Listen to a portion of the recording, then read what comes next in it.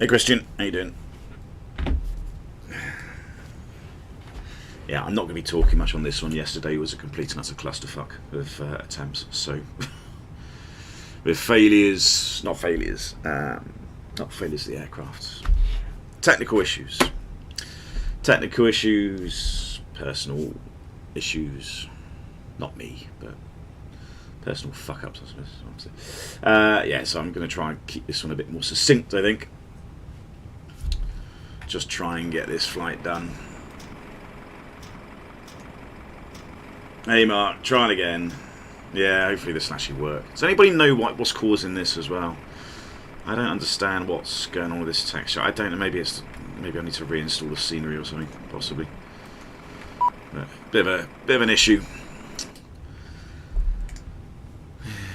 Right. So it's basically a rinse and repeat of yesterday. Slightly less passengers today, obviously they gave up. It's getting boarded as well. So I've updated at GSX. Hopefully it's not going to be shouting at me that I've got to load the aircraft. Just turn that off. It's gone. It's a bit laggy, isn't it?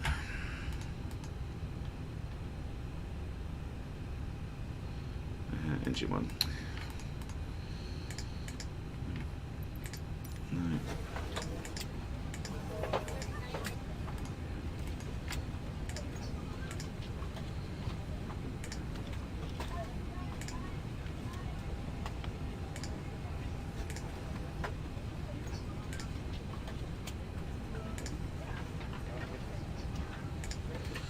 Good, that's done.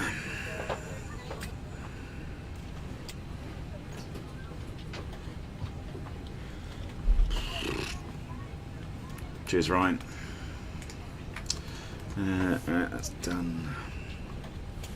What's coming on?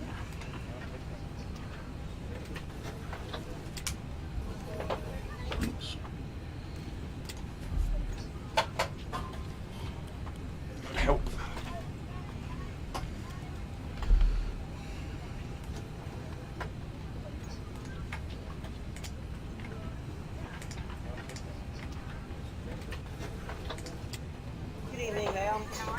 I'm doing good.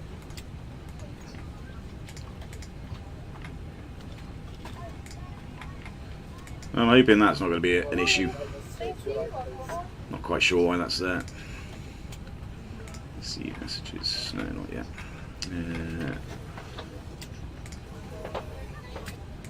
So fuel weight 54.5.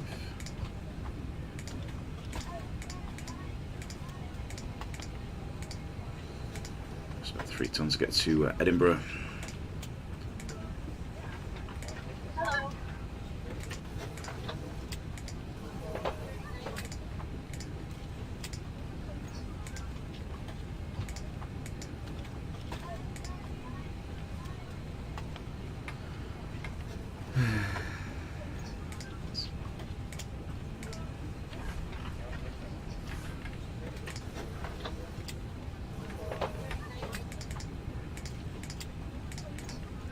Wind isn't quite as bad in Vagar today, so hopefully it's going to be a bit easier to get in. I did try and get in there yesterday off the stream, and it was damn near impossible. Interestingly enough, though, the real world guys, I think the real world Copenhagen flight, the one I'm doing, actually got in. I was pretty impressed with that. I don't quite know how they did it, but they did it somehow. That's in. That's to do. Let's do. Hello.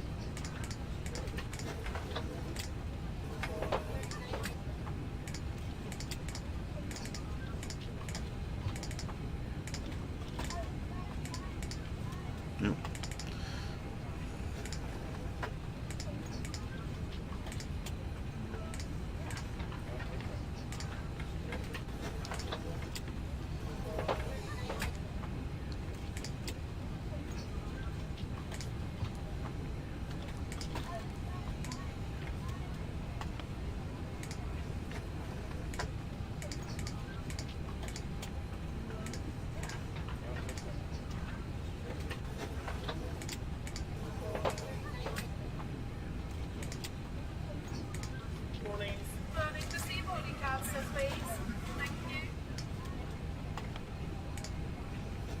Hopefully Streamlabs doesn't crash either.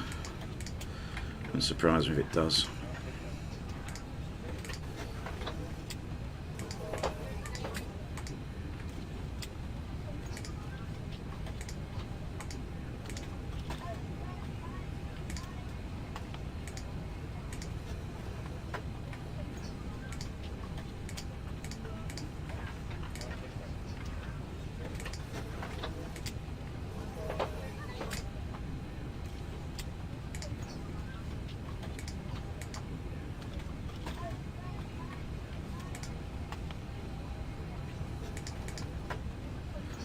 Everything seems a bit laggy today. I'm not quite sure why. 2 streams on fly. This should be fun.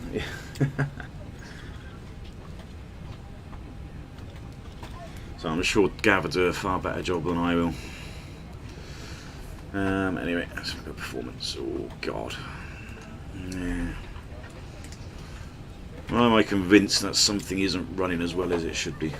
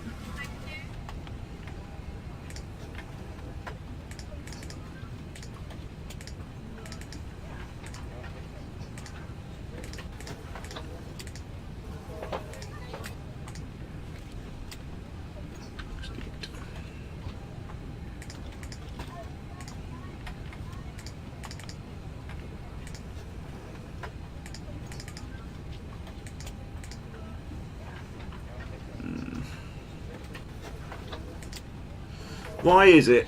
There goes a question. Phoenix, why do they have these sort of scroll cursors on these buttons? They've got it everywhere. Why don't they just? Why is it not just a push button? I don't understand it. 44 not crosswinds. Yeah. Not quite sure that was legal, was it? Yeah, I'm starting to. So it's starting to lose faith with Phoenix. I really am.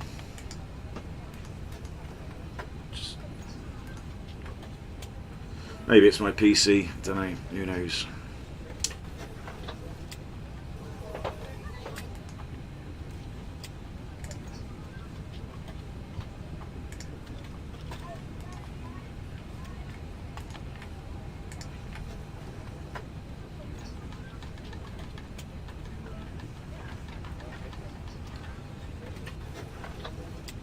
Not noticed that before. You know, maybe it's my PC, Mark, I don't know.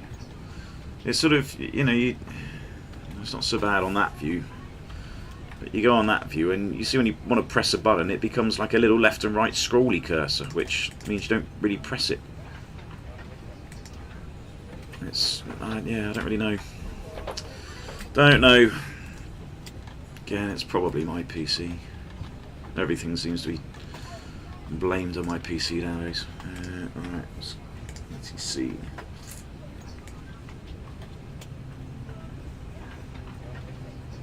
One.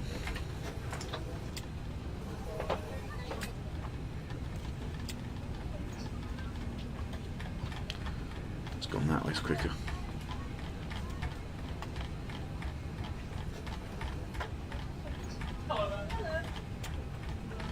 I think there's just a lot of little bugs, Liana, really. There's a lot of things which I don't think's perfect. And that's a little bit critical, but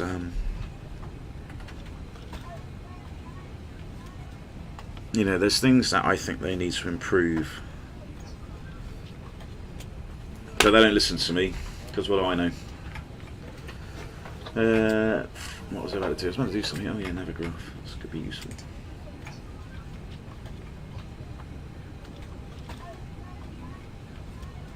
You've had issues with it. What's your issues, Dark? I'd be interested to know. I feel like I need a coffee. I feel like I need to perk it up.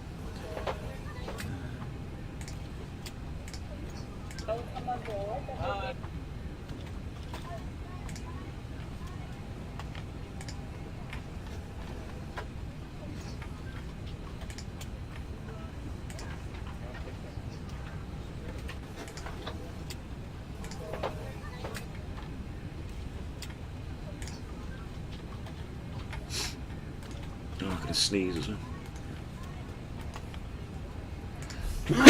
Oh, excuse me. Oh dear.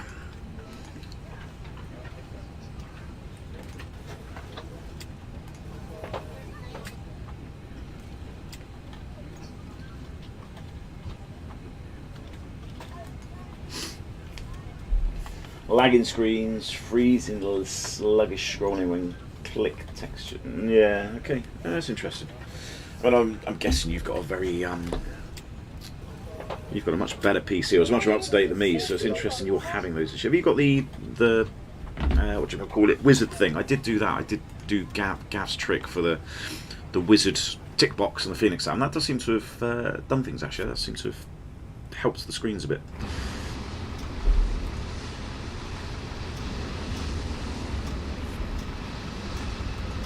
Now, fueling's done.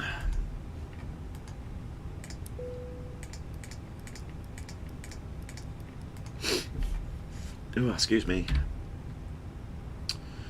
Alright, that's done. Still don't have a load sheet.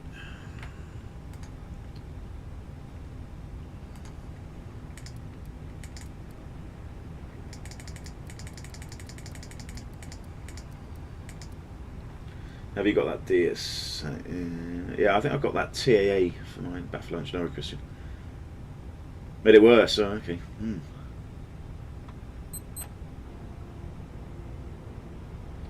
Yeah. Don't get me wrong. The Fenix is very good. It's very powerful in some things, but it does. There's just a couple of things which I would personally like to see improved, but whether they get around to doing it, I don't know. I wonder if I can do a PDC.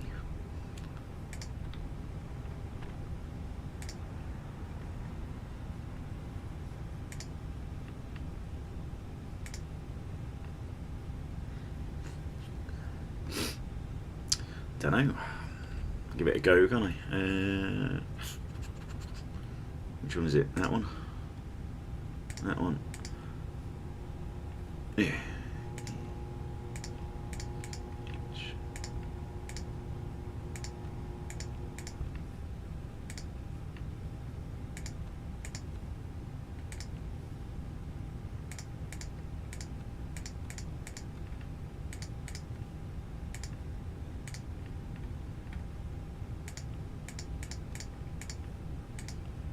Station, I don't know. Is that Copenhagen? Let's see if that works.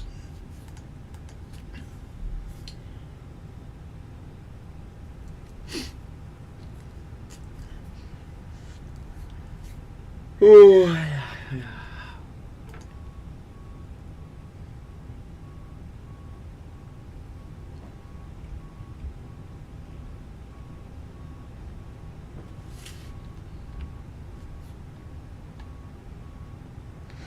So let me get out of here. Half hour, I think. Probably go a bit earlier than that.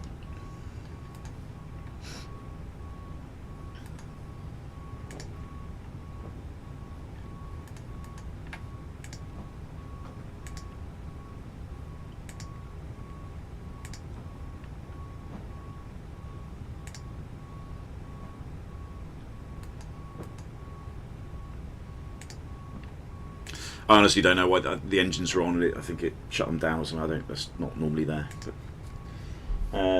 some brake issues.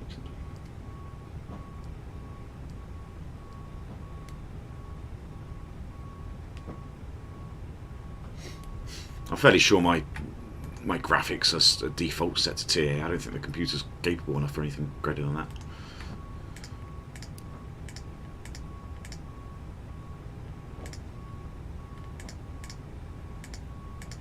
Ugh, come on! Oh, why does it have to be so fucking difficult to move a switch?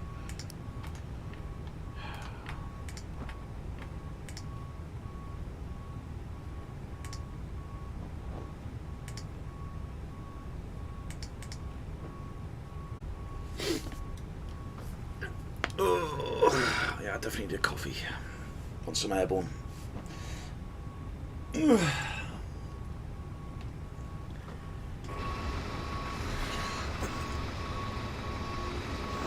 Yeah, I don't know. It gets worse and worse. The longer I'm at an airport, the worse this gets. Oh god. Yeah, you can see it there. It's just the textures are completely gone.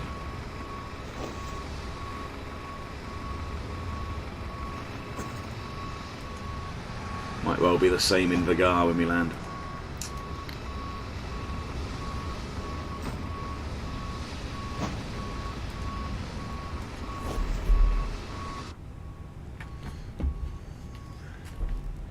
Camera crew just put, oh, mine's at work, mine's in the office, that's why I can get on this thing. What was I looking at? Oh yeah, the VAT thing, VAT scoop. Oh, they've got a big control as well.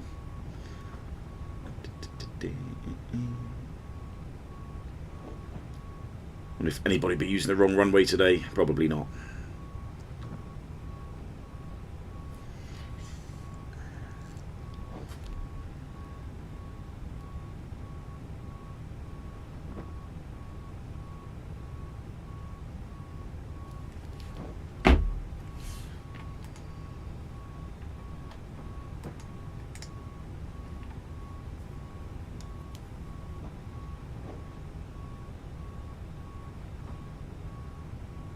It's interesting when they're boarding the passengers in the Phoenix, it's got a countdown of how many passengers are left to go, but it doesn't do that for the cargo. So it's got planned a ton and a half of cargo, but it assumes it's already done. I suppose that's GSX, isn't it? Actually, yeah, no, yeah. Ignore me. I'm just being a twat. I'm just talking bollocks.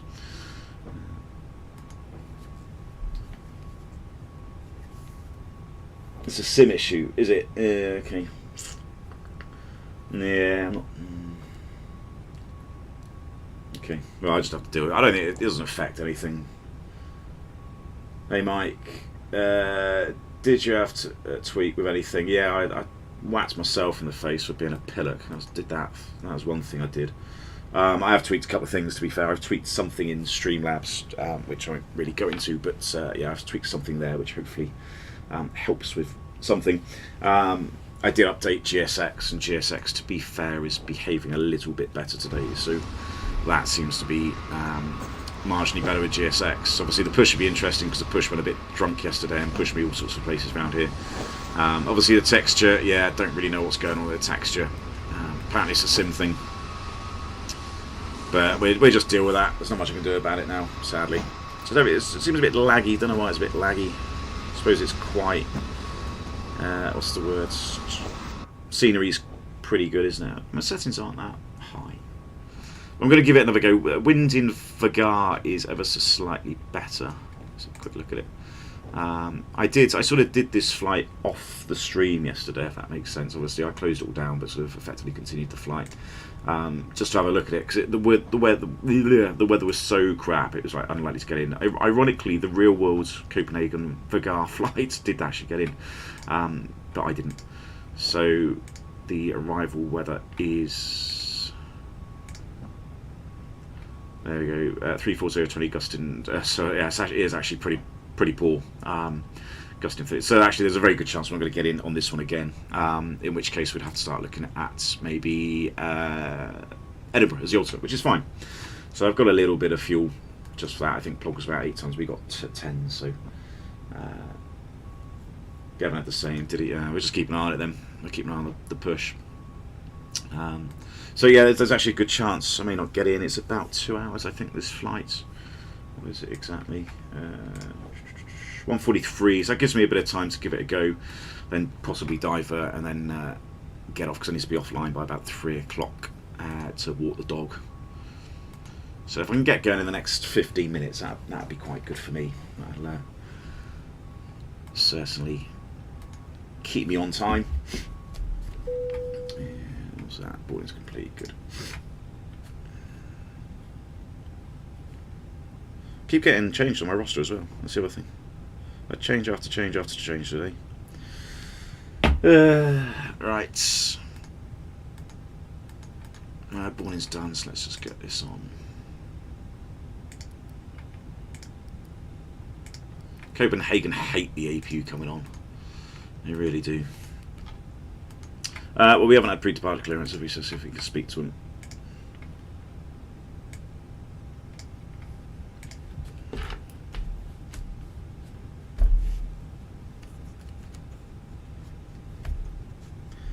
Copenhagen Tower, very good morning. Airline 453, stand Bravo 4, good information. Juliet with a 320 requesting clearance to Vagar, please.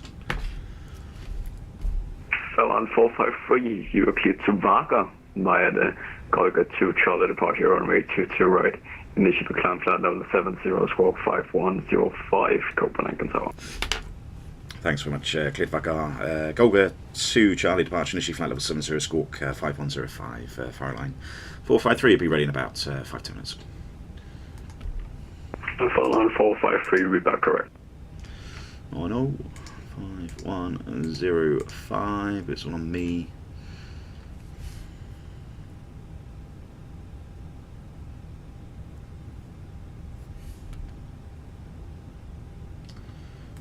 What's the controllers? Just so I've already got it. 2137.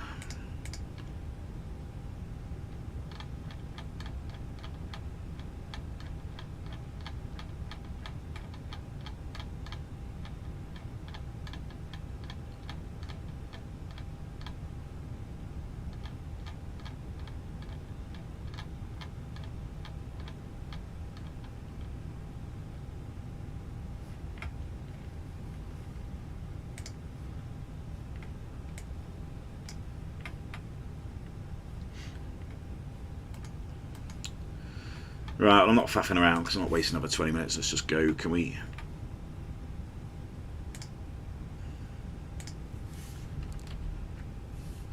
Thank you.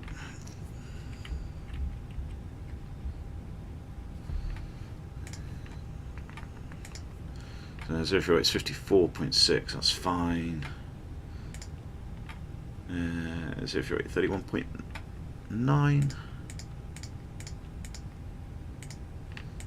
10 tons we've got, 64.1, yeah, that's fine, good. Let's go with that. 29.4 is the trim. I worked it out for 30%, that's close enough. Somewhere in the green. Right, that's done, that's done. Oh. Checklist.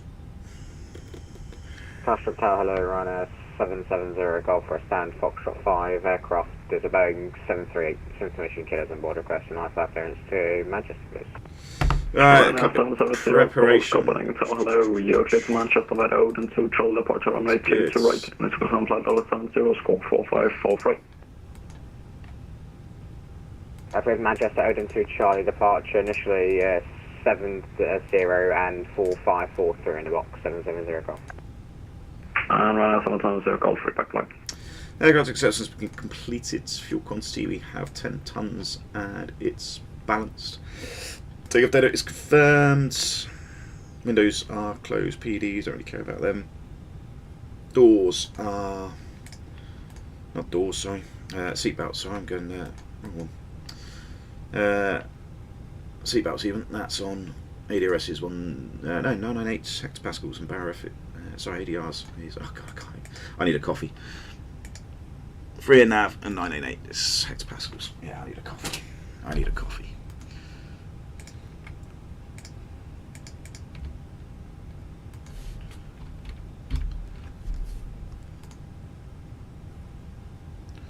Let's come off.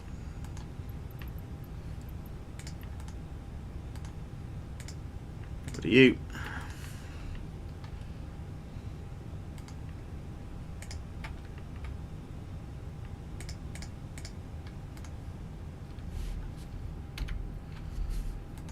That one. 6295 please, for stand push. Antic is 295 heavy, just squawk 5665. 5665. 43295. Right, hopefully the engine will start as soon as we had that stasis. I mean, it's not damaged, so. Hello, Captain. We are ready for pushback. Castrop Tower, Airline 453, stand Bravo 4, ready push start. Airline 453, pushing slots proof, midpoint Zulu 6, QNH 9999. Thanks, QNH 999 and now, and Zulu 6 for the push, easy, Airline Departure check 453. completed. Bypass pin inserted. Alright, QNH has gone up, that's good, that's in our favour. Turkish 295. Full South Sparker brake is set, safe data is confirmed, windows are closed, PDs are off, doors are closed, and it's not quite armed yet. Expecting Golf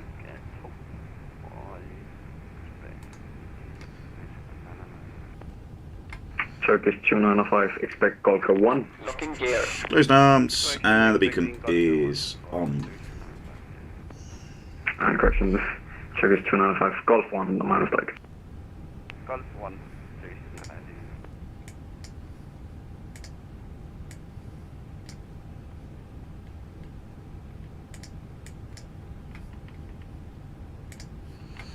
Zulu 6. Release parking brakes. Commencing push. All engines clear. Start at wheel.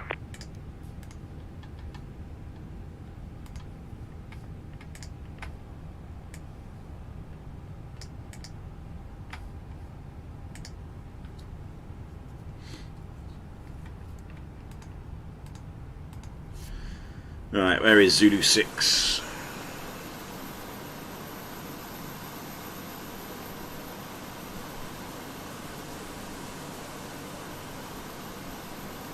Probably over here somewhere, I think. Don't think there's any rush to get the engine started. Oh yeah, it's well over here.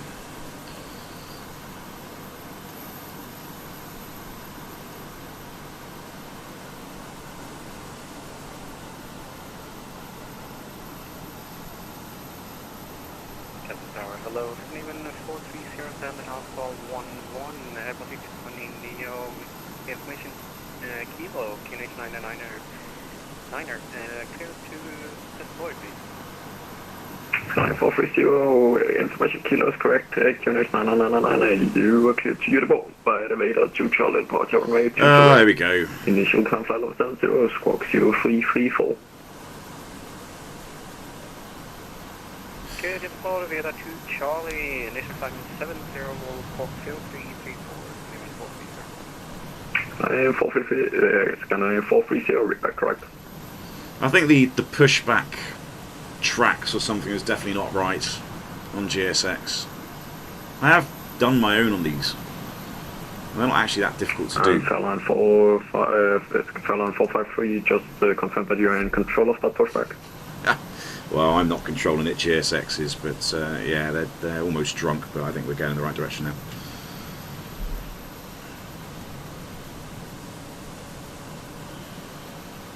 And Airline 4531, just tell the pushback guy BS after 2, okay? Yeah, no, I'll get the police involved after this, and he can be breathalyzed, but no, I think we're doing alright now, thanks for Airline 453. It's looking a little bit better.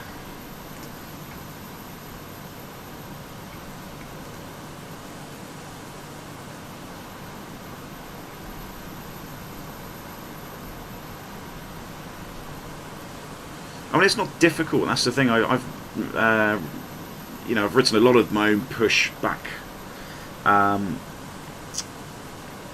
Is it nodes? Is the word? You know, pushback sort of paths for various stopping points in different airports, and it's not too difficult to do. Actually, it's quite easy. It just takes a bit of practice to sort of get the right sort of direction. I think if you put too many nodes in, too many turning points in a pushback path, it completely confuses it and it goes all over the place. So you've got to keep it almost minimalistic as possible and only have a couple in and just have a couple on the major turns, then and that's it. But yeah, whoever's written this, whoever's written the GSX profile, I think may have put too many points in, certainly around here. I don't know. I'd have to have a look. I'd have to look at it maybe later or something another time. But yeah, it seems to be okay now. And there's not much to do. It's only literally push back and turn down there, and then they're done. So it's not this one. It's this one over here, which is not really there. But too much thanks. Right, I'm fairly confident he's going to be able to manage that. Right, so let's start the engine. That's all good. That's good. Ooh, change mode selector is ignition start. For us to be idle. Start in 1.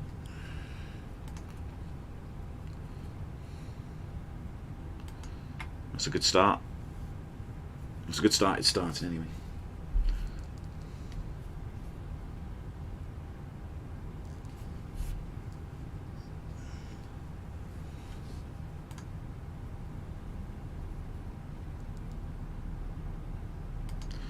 He's a long way from home, isn't he? China Southern.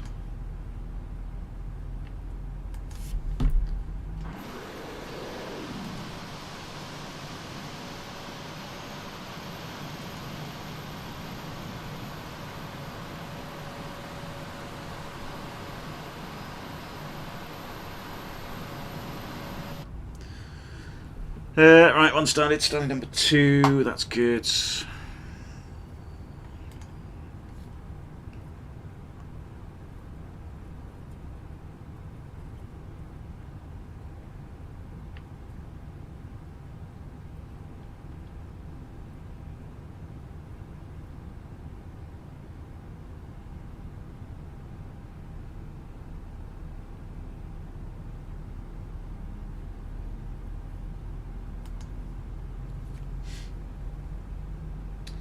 Hey Chris, well, I've had 2 rare days off actually, but yesterday was a complete and utter disaster, so hopefully today's going to be a bit better.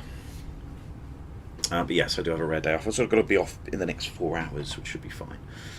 Right, 2 started. That is back to normal. That's off. That's off. Set parking brakes. Thank you. Waiting your confirmation for good engine start. That's. Get rid of these. Yeah. Cockpit to ground. We have a good engine start. You can disconnect. 29.4. Well, yeah, it's about that.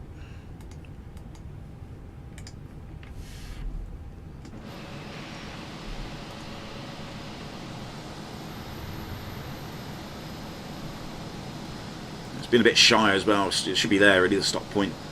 Should be a bit further back.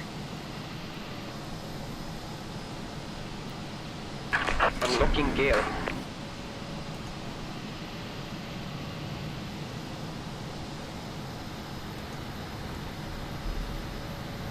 Less said about the better. Yeah, definitely. It's one of those days, and just it's very demoralising. Very, very demoralising. I basically Tow truck disconnected. Bypass pin removed. got to the Left is clear. Right is clear. got to the point where I probably just need to upgrade the PC at some point, but just fine. That's the missus. It's going to be the interesting thing.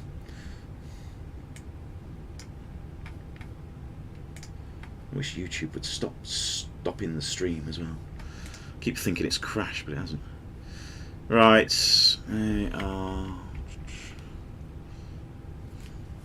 we are ready for taxi, Turkish 958. Right, they're clear. Yeah, cheerio, bye bye. After starts, anti-ice Turkish is 295, off. stand by. Looks like I'm gonna need you to put your bike off to you. You go upstairs to So check. Pitch stand by, trim, just 29.4%. Rudder trim is neutral. After start check's complete. Oh god, that's it. You dropped the iPad. Well done, donut.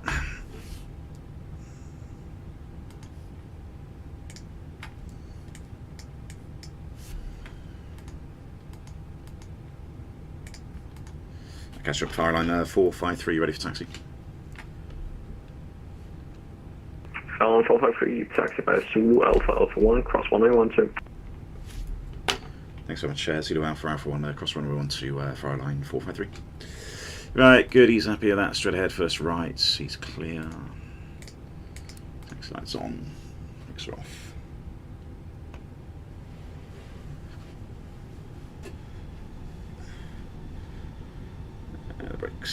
Jets. Flight controls. Full up. Full down. Neutral. Start that. Full left. Full right. Neutral. Full left rudder. Full right rudder. Neutral.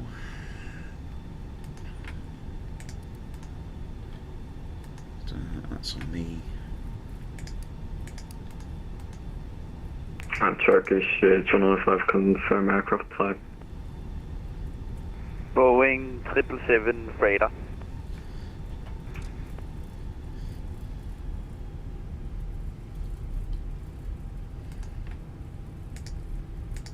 Alright, Strobe's coming on. I think the runway's in use, but coming on anyway.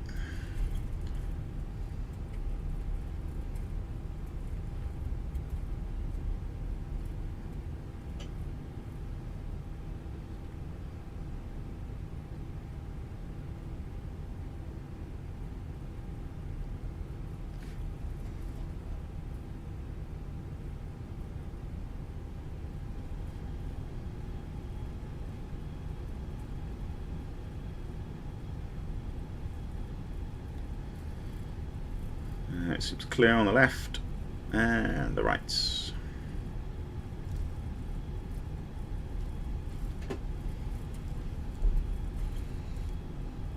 And Turkish 295, do you have something to write down? What?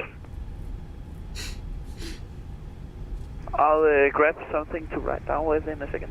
I'll be back. Turkish 295. That sounds ominous, doesn't it? Ryanair 770 Golf, ready to push this on. Ryanair 770 Golf, push and false proof, please find Whiskey Feet, QNH 99999. West of Whiskey 3, QNH 999 for 770. Right, quick pairs performance. So got tri-figures full length runway, that's fine. Engine out straight ahead, then CDA departure is the Goose, somewhere, whatever it is. Golga, 2 Charlie departures in the box.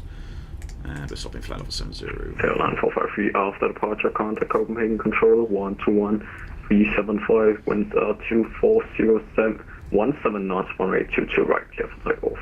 Very much after departure 121-375 and runway 22 right, clear. It's for takeoff, Flyline 453.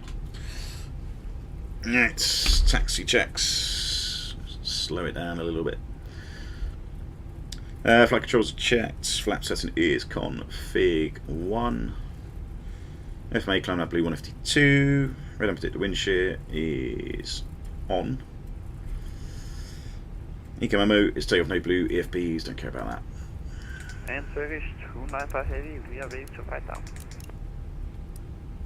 Turkish 295 Heavy, taxi back Golf, India, Victor, Yankee, Foxtrot, Right, approach is clear. Alpha 1, Oh, cross so runway very laggy. 22 left and runway 1. Alright, checks. Cabin is secure for takeoff. Takeoff runway is 22. Right, full left. Takeoff clearance confirmed. TCAS is TARE. Packs 1 and 2. They Taxi via are Golf, both off. India, Victor, Yankee, Foxtrot, Alpha 1, cross 2 to left, overhand 1, 2, Turkish 295 Heavy.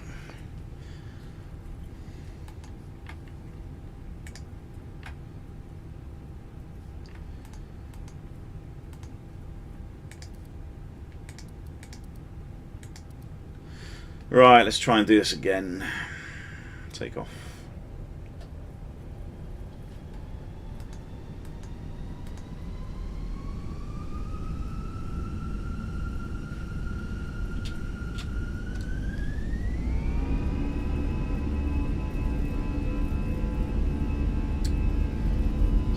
Done that again. There's definitely something wrong. So Mantoga SRS, runway 100 knots. It's not going into Manflex for some reason, even though it's in the FMGC. E1 rotates.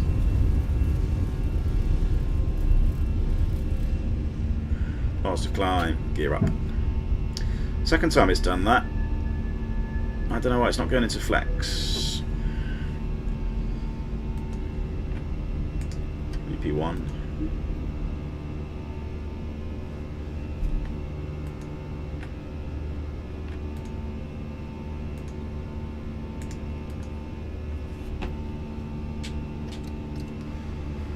Copenhagen Control, for Airline 453, passing 1,500, climbing flight level 70 on the Golga 2 Charlie departure. Airline 453, hello, Copenhagen Control identified.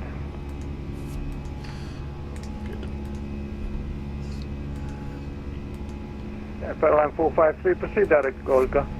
Direct Golga, for Airline 453.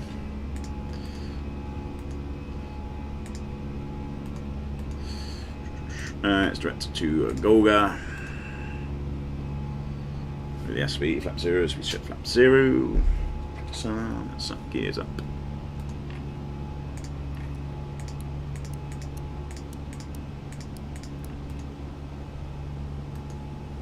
Yeah, second time it's done that. Fully in a decent. I don't know. I mean, my thrust lever's calibrated.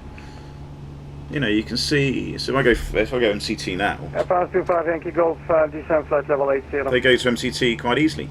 Descending flight level 80. So I think it's the detent. I think the detent's okay. 64 Charlie Quebec. Apologies, I was thinking about the previous versions of the Star, so my mistake. You were right. No problem. He's 64 Charlie Quebec. Right, set standard. Yeah, standard is set. And cross check, it's flight level 70 blue. Someone there. And Copenhagen, he's 64 Charlie Quebec, Chris Fulton. 64 Charlie Quebec, descent 3000, QNH 999. Speed, yes. Descent 3000 and QNH 999, he's 64 Charlie Quebec.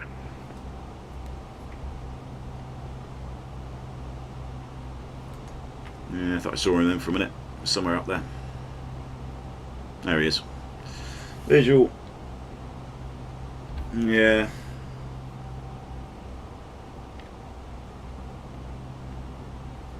Yeah, it's just twice in a row, so I don't know if there's, again, if there's a bug or... don't really know. Anyways. Airline 453, climb flight level 190. Climb flight level 190, flight line 453. Alright, he's out of the way. Air France 25 Yankee Golf, proceed direct Charlie Hotel. Let's go open climb flight level 190 blue even. Proceeding direct Charlie Hotel 631 Air France 25 Yankee Golf. France 25 Yankee Golf after Charlie Hotel 631 rejoin the Star. Direct to Charlie Hotel 631 Air France. Actually happened to me in real life once as well. Yeah, I had it. Funny enough, I had it the other day. It was like Birmingham or something. I can't remember where it was. I think it was Birmingham. Runner 1694 monitor Unicorn And 122. I don't know what I did. I just my hands were resting on the thrust levers as they do. And then we got something on the FMA on takeoff, and I can't even remember what it was now. Something happened. Something went amber. And I think it was just me. I think I don't know. There was too much pressure on one of the thrust levers, or something came out and I just went, oh, bollocks it, Toga. So we just went to Toga. It wasn't anything wrong with the engines. It was just a thrust lever. It was symmetry, or I can't remember what it was. But yeah, you know, whenever you see somebody, if you're not getting the FMA you're expecting, you know, should have been Manflex 69, 68, I think SRS, and we're just getting man thrust. I think, you know, it's not what I'm after. So you know, safe thing to do is just go Toga. 64 Charlie Quebec, maintain heading. Yeah, it's nothing wrong with the engines. It's just maintain heading. some thrust lever thing.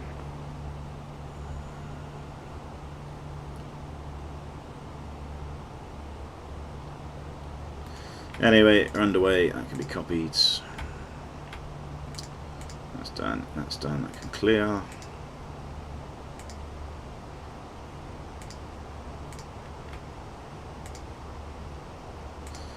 So yeah, it's disappeared now.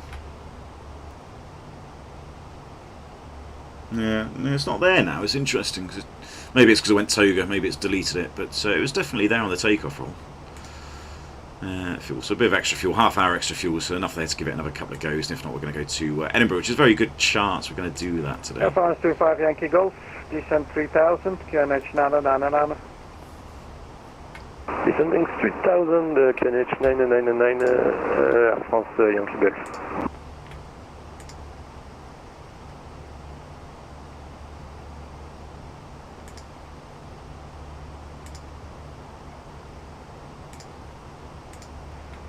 ET64 Charlie Quebec, turn right, heading 130. Right 130, ET64 Charlie Quebec. Right, seems smooth enough. Airline 453, climb flight level 380. Climb flight level 380 for Airline 453.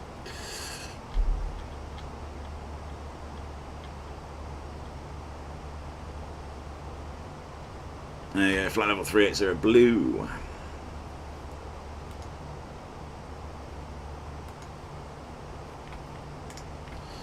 Interesting to see what the closest airports are for this.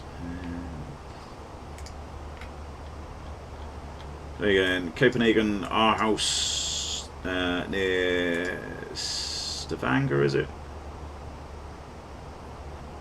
Where are we actually going near? Yeah, over Stavanger, near Bergen, and up near, now what are those islands called? Can't remember. Northern Islands off Scotland.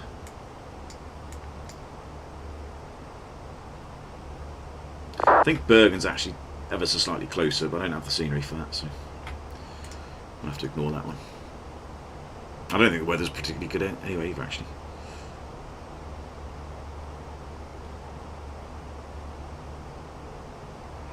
EZ64 Charlie Quebec, turn right, heading 200, clear Dallas to left. Right, well I got further than I did yesterday. That's a good start. ET64 Charlie Quebec.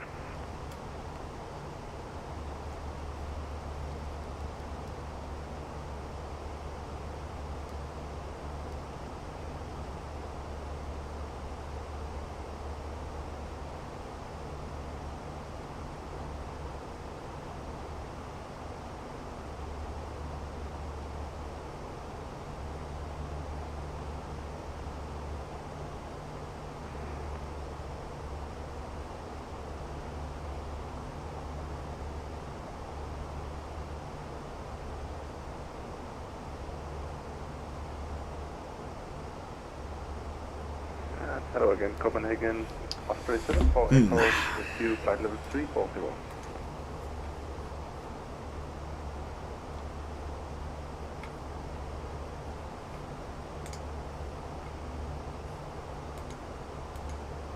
Osprey 74 Echo, hello Copenhagen, control, you are quite far away from me and I will probably be close while you get closer. How's Gav doing? I think it's Unicom, no. Going to Bordeaux today, I think. Yeah, I will be closing in about 5 minutes, so it's Unicom 122.8 for you. Enjoy your day, son. 122.8, thank you, have a good day.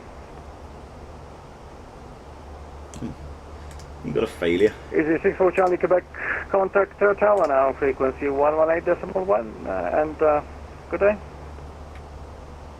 111.1, So you got a fuel pump. 118.1. Low pressure. Oh, ET64 that's alright, it's not very wrong. You can deal with that. It's only one of them. Oh, the other one needs to fail.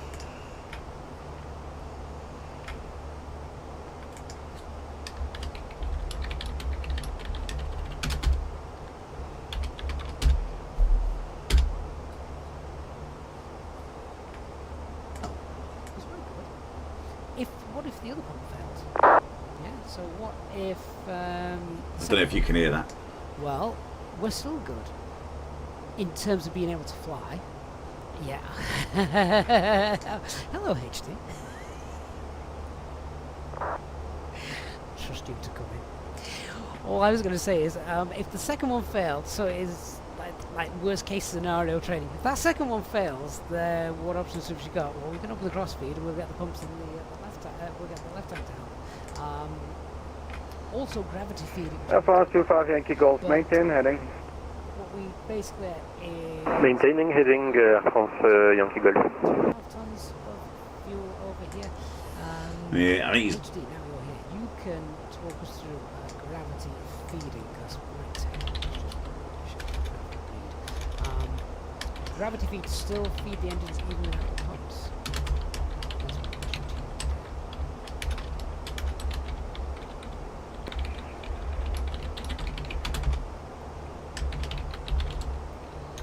Mark, you are right, there is still another failure in the bank to go. However, that's Talvin. He needs to be here to activate that. There's a QRH procedure for it. Okay. With that.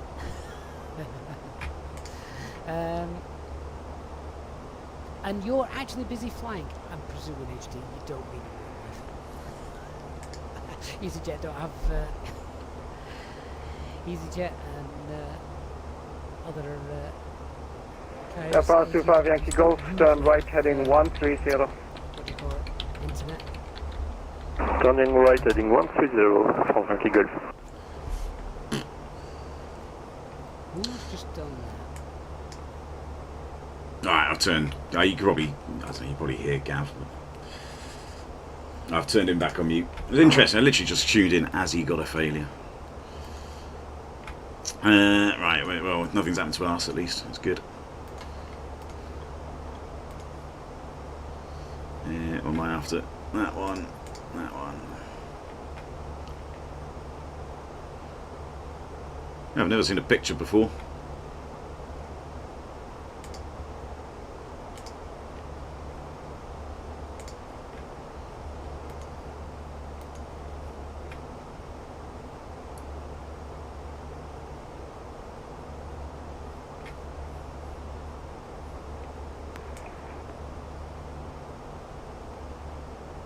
Main control, good day, it's Turkish 295 heavy fly 150 climb to 0. Airport 25 Yankee Golf, Yeah. turn right heading 200. Maybe it's more interesting. Just trigger another one, Mark. Turn right heading 200 and clear the ALS to left. What was it when you triggered? Turkish 295 identified passing 2600, climb flight level 190. Climb flight 190, Turkish 295 heavy.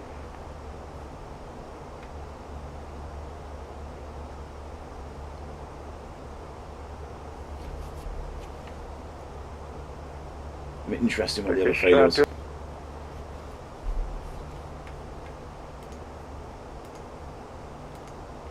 for Turkish 295 heavy. Turkish 295 heavy direct CMAC. Let's go manage climb.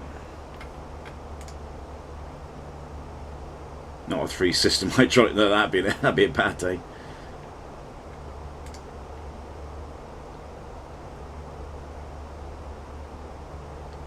I'm watching Gav's stream, but it's just on mute, so obviously I can't hear it. But just interested to see what comes up on his failures.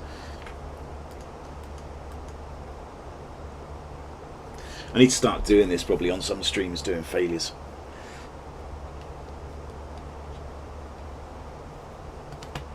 It would be interesting.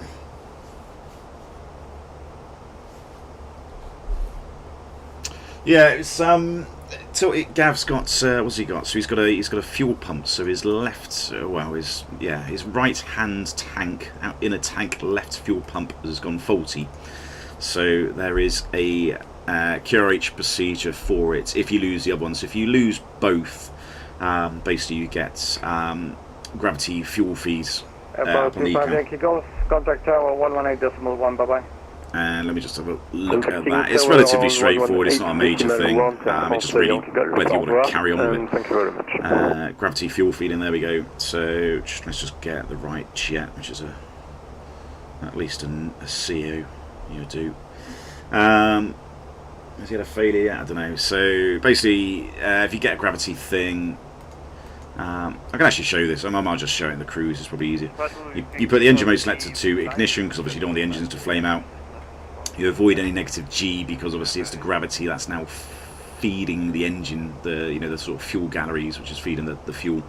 Then you've got to work out what your maximum flight level is, and it depends on a couple of factors. So on a CO, if your current flight time above flight level 300 is 30 minutes, then your gravity feed ceiling is that, so you can maintain flight level 300, or your current flight level, should I say. If you spent less than 30 minutes above flight level 300, which would be our case in a minute, it's flight level 300, or it's the highest of flight level 150.7 above the takeoff airport if flight level 300 never is exceeded. So if we had it now, we'd go down to flight level 150. Once you've reached the gravity feed ceiling, you turn the cross feed off. Funny enough, I think Gav said you turn it on. You don't. You actually turn it off, and then you make sure there's no fuel leak. And if there's no fuel leak, if there's no fuel leak with one engine running, you can then put a bit of bank angle and stuff. I mean, both engines are running, so that doesn't really apply to us. So now that's effectively it. That's the end of the gravity fuel feeding QRH drill, and then you just got to decide whether you carry on or not. I would probably not if there's some sort of failure with the if there's some sort of failure with the fuel pumps. I probably wouldn't do it. I probably wouldn't continue on. I'll probably go back to somewhere like Copenhagen because there's obviously some sort of major issue. So there's flight level 300.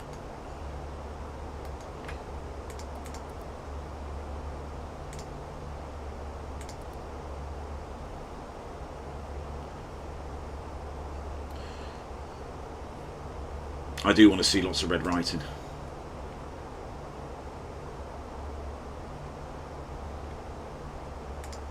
I'm intrigued. Does he have the failure yet?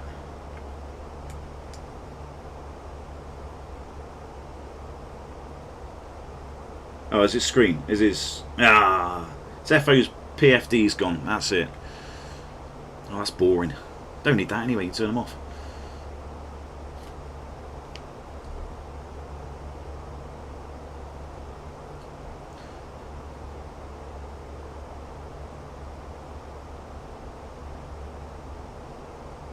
Turkish 295, turn left heading 092.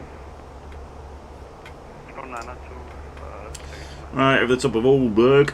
Traffic controller, Ryanair 770 Golf passing 3000, 7000, open 2 Charlie departure. Ryanair 770 Golf, hello, Copenhagen control identified.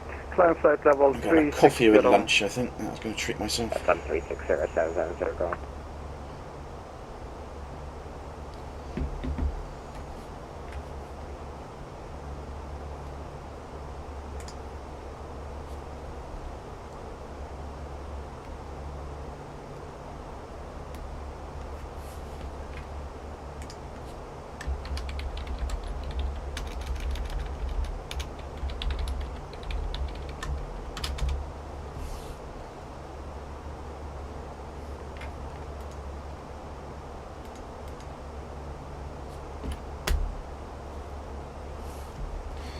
Yeah, maybe that could be the plan for the next... And I actually get to stream again. Maybe we're going to do a deliberate failure stream, I don't know.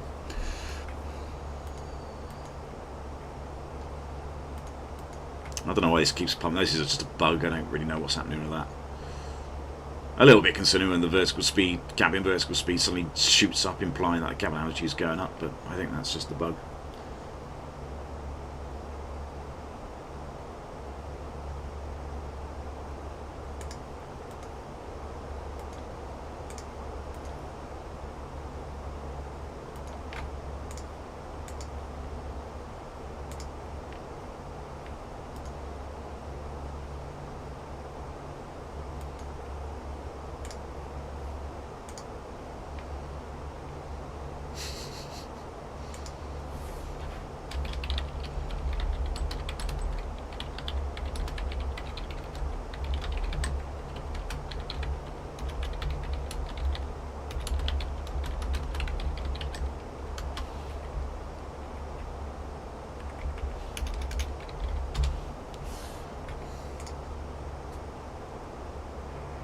Turkish 295, monitor Unicorn 122.8. Bye-bye.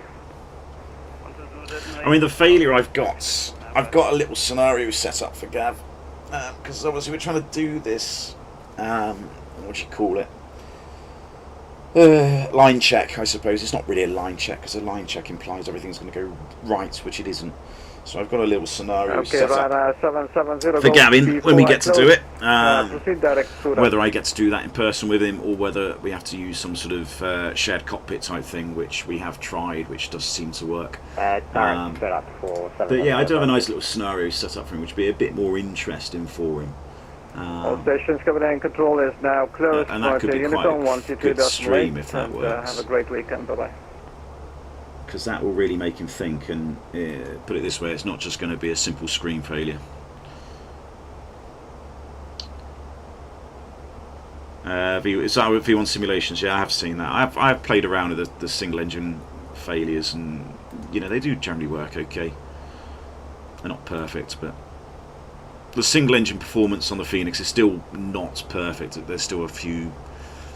It's still lacking a little bit in performance. You know, single engine performance isn't actually too bad. I mean, if you're really heavy at max takeoff weights and really hot conditions, it can struggle a little bit. I mean, you still do get performance, but normally the performance is actually generally pretty good. But it does seem to struggle a little bit. The Fenix.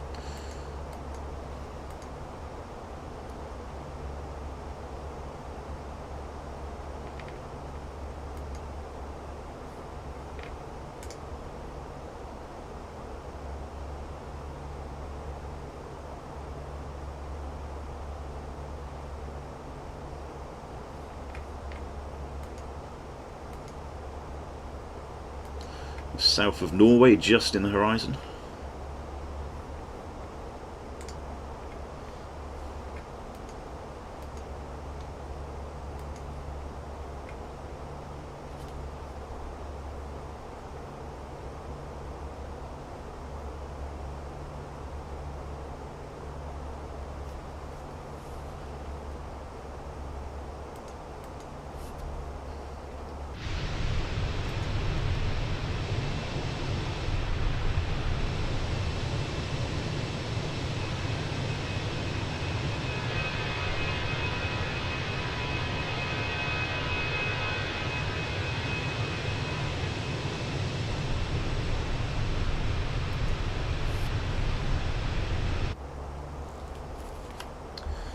I'll be leaving this guy's airspace in a minute. Oh yeah, not too far.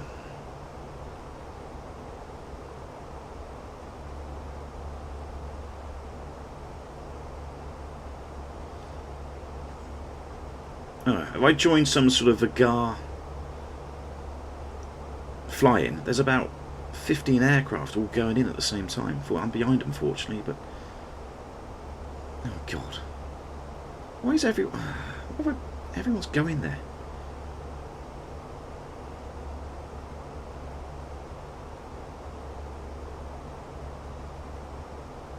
Oh, that would be fun. 17 arrivals, Jesus.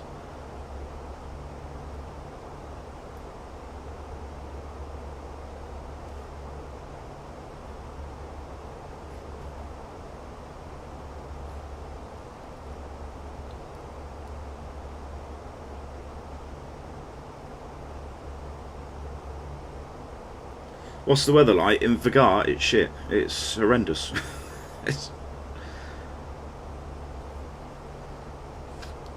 Yeah. God. Well, yeah, I might be diverting because I can't get in at all because there'll be people in the way. I mean, to be fair, I probably... What's ETA? Mine is... What's that? 1:10 UK local.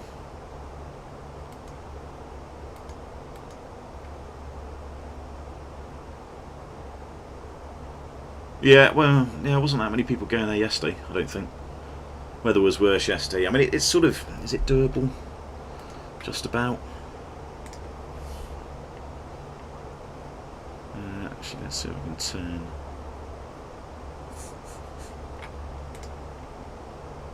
Uh, 340, 17 gust. I mean, it is doable. It's within limits. This is the wind on top of a hill, which sort of insinuates there could be wind shear, which is kind of not surprising with that wind. But yeah, it's doable. It's I wonder if this will help if I turn that off. If that'll just help frame rates a little bit.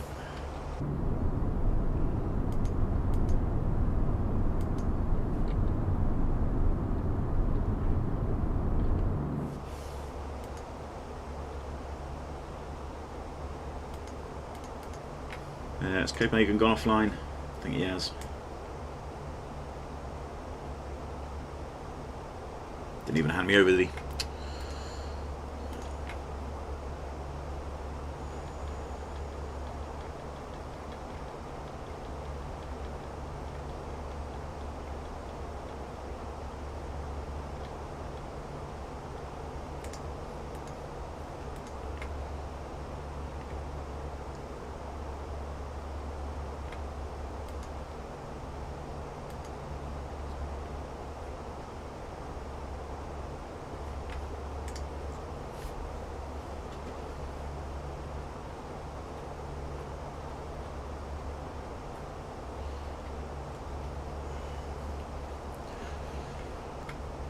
Right, outstar.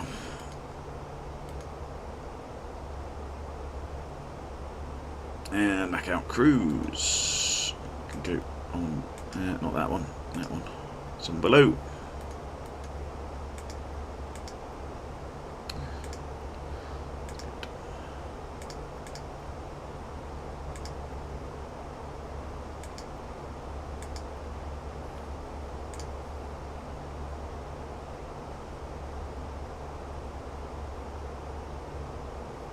Yeah, I don't know. It's a local thing only, I think, Chris, isn't it? That's fine. So I use 2 tons. 7.9 plus 2 is 9.9 is 10 tons. That's balanced. That's what we make. That's what we're expecting.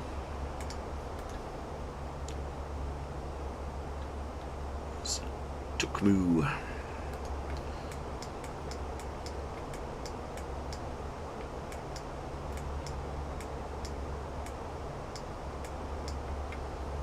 Should be about 30 minutes into the flight. That's a bit useless because I've reset the timer, but yeah, that's probably about right.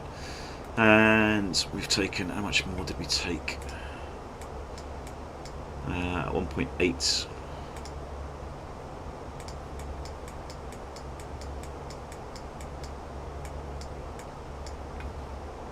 So we should have about, what's that, 6, 8, 7, we should have about 7.6 in the tanks. Tukmu, yeah, that should be alright, about that.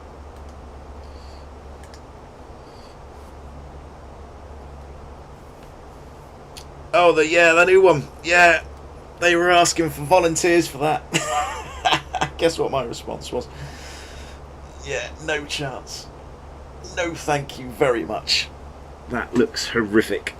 So no, I have no intention to go there. It's a Cat C airfield, so we're going to have to be specifically trained up to do that. Yeah, I'm not doing that. That looks a horrible place to go to.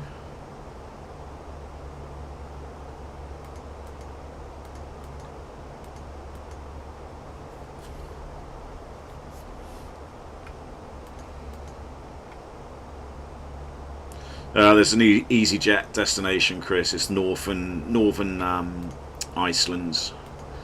Let me see if I can show it to you. Where can I show it? What's it called?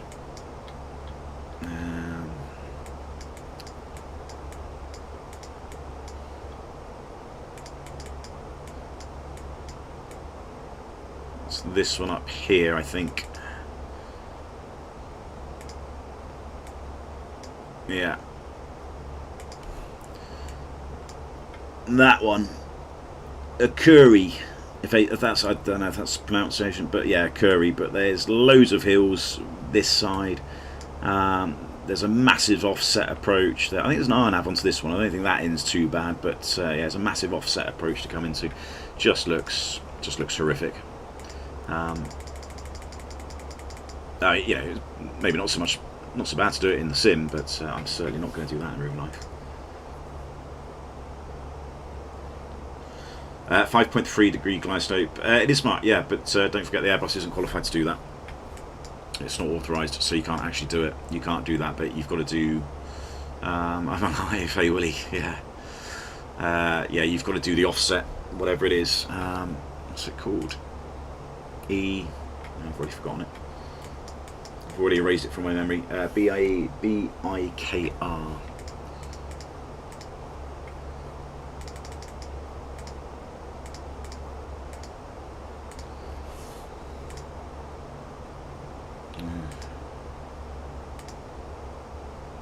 Is that it? I don't think that's it. That's not it, is it? Have I got the wrong one? Sorry, B-I-A-R. I was going to say that's not it. B-I-A-R. There we go. This one here.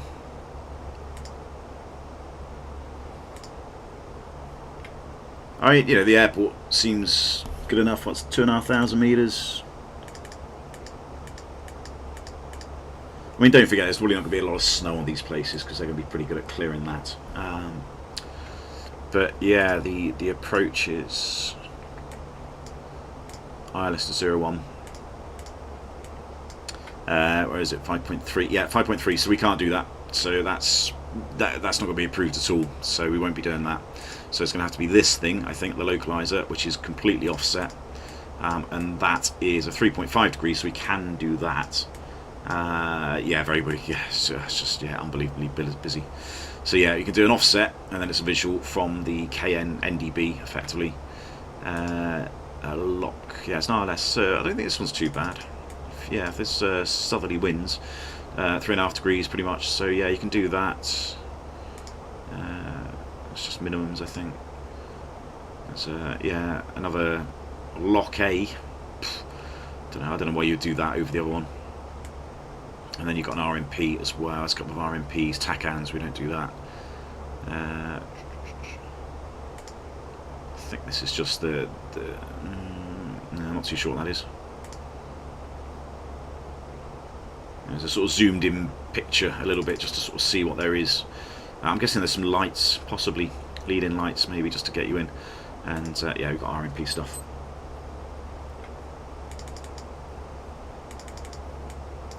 So yeah, there's an RMP approach as well, which you could do, which again is 3.5 degrees. So, you know, it's an RMP. This end isn't too bad, the other end isn't good at all. But yeah, the ILS, I think, does it say? I mean, it does, yeah, it says for CATC aircraft. But, you know, the Airbus isn't approved for that. They're only approved up to, I think it's 4 degrees. Yeah, it's just the aircraft is never going to be stable. It's just, yeah, it's not going to be able to maintain an approach speed or anything at that sort of descent rate. They amended the 318s, the BA British Airways 318s that they went to London City. They amended them because they updated the SECs, I believe. So they improved the SEC computers, and that enabled them. I think there's a push button. There was something overhead which was a steep approach, and basically what it did was it deployed one pair of spoilers, I think, like half deflection, maybe 1 or 2, I can't quite remember, but it deployed a couple of the spoilers on a steep approach, which is 5.5 degrees, into London City, and that enabled them to keep control of the speed. But I mean, that was a modification they had to the SECs, and obviously the airline went for approval for all that as well. So, you know, it is possible, but generic Airbuses aren't going to do 5.3. EasyJet 320s are certainly not going to be doing 5.3 approaches. So yeah, it's forget that ILS. You need to do the localized one if you're going to do that. It's some offset. I mean, you know, once you visual, it's fine, but it managed to do it with full flaps and gear down. But yeah, it's interesting.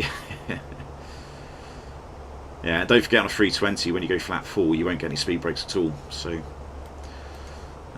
you know, as soon as you go flat full, the speed brakes automatically retract, which is the other issue. So yeah, it's very, very difficult to keep hold of, keep an eye on the speed. All right, let's have a quick look at some of the weathers. Where's it? I'm going to go Stavanger, since that's where we are. ENZV.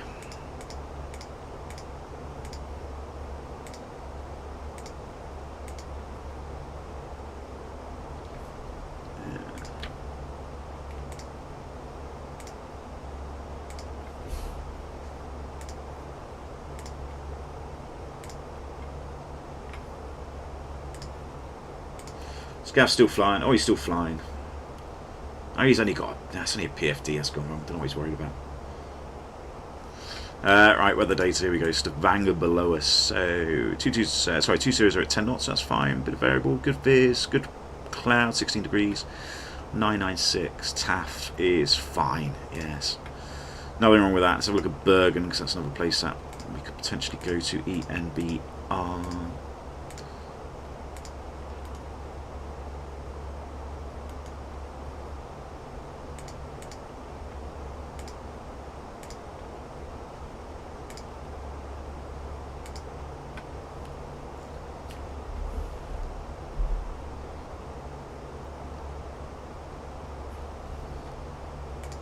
Bergen. So somebody went here yesterday, actually, real world, because they couldn't get into Vagar, so they went here. So that's looking okay. A few TCs around us, not really great. Yeah, a little bit windy. Bit of a breeze, but that's fine. TAF is actually pretty good. That's fine. And don't really need to look at the other two because I've got that on the EFB.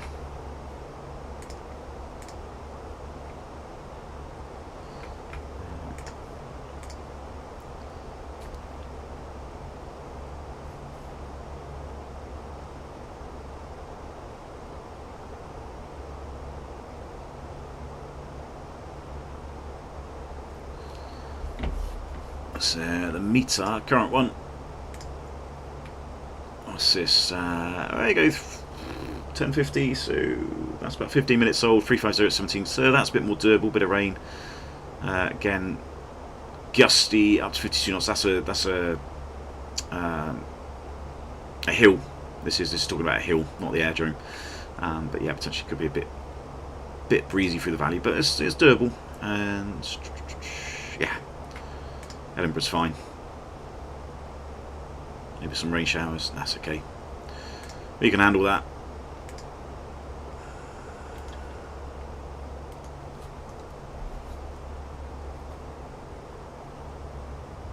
Oh, nice.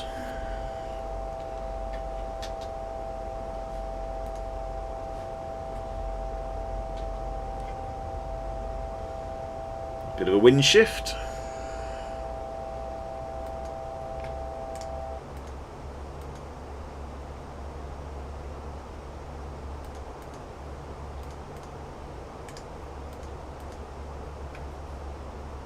In a bit, Mark.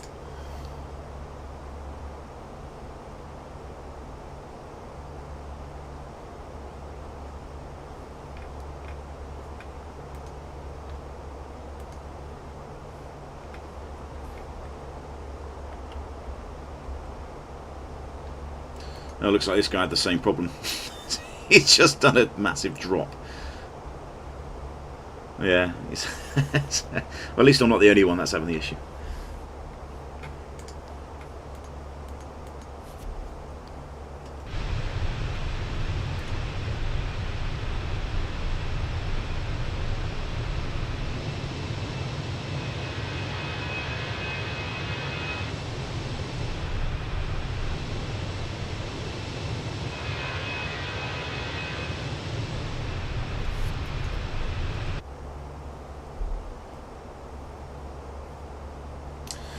Well, the RSF Trondheim scenery. Yeah, it's very nice. It's good Scandinavian route, that one. Very good one for SAS.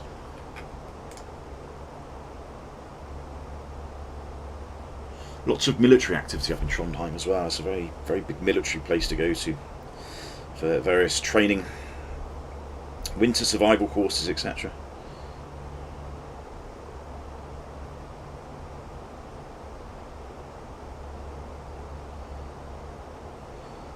What was I about to do? Something. There you go.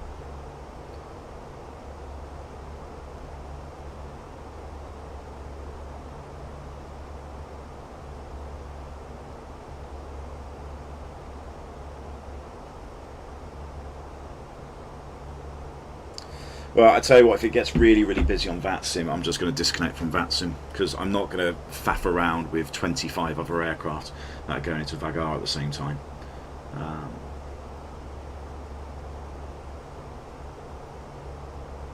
That was, yeah, it's just pointless. Massive exercise in that area. Yeah, they do. Well, with the old Russian thing going on, isn't it? I think everybody's getting very much prepared and conversant with everything they need to do. Right, EKVG30. So there we go, an extra 40 minutes, so enough to give it another go, then hold a little bit, then give it another go, then divert to Edinburgh. We know about 3 tons, the CNR is about 4 tons. It's actually a little bit less than that today. It's probably a bit optimistic on that figure. The alternate fuel is actually about 2.8 rounded up. Just another couple of minutes. So realistically, 3.8 CNR, there we go, 45 minutes until we have to go anywhere. So that's, and I was playing with this yesterday in the alternate, and you can put the alternate flight plan in, but it seemed when you did the go around, it seemed to delete everything, which is a bit of a pain in the arse. Let's go LS24. It was a Perth arrival. Put that in.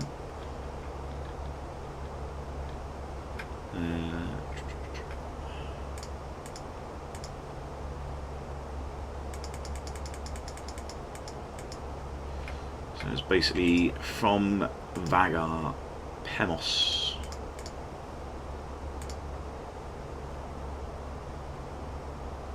Wick. Not sure where that is. Someone will. Wick, and then Aberdeen. Yeah, it'll be that one there. And then we got Papa 600 to Perth, PTH.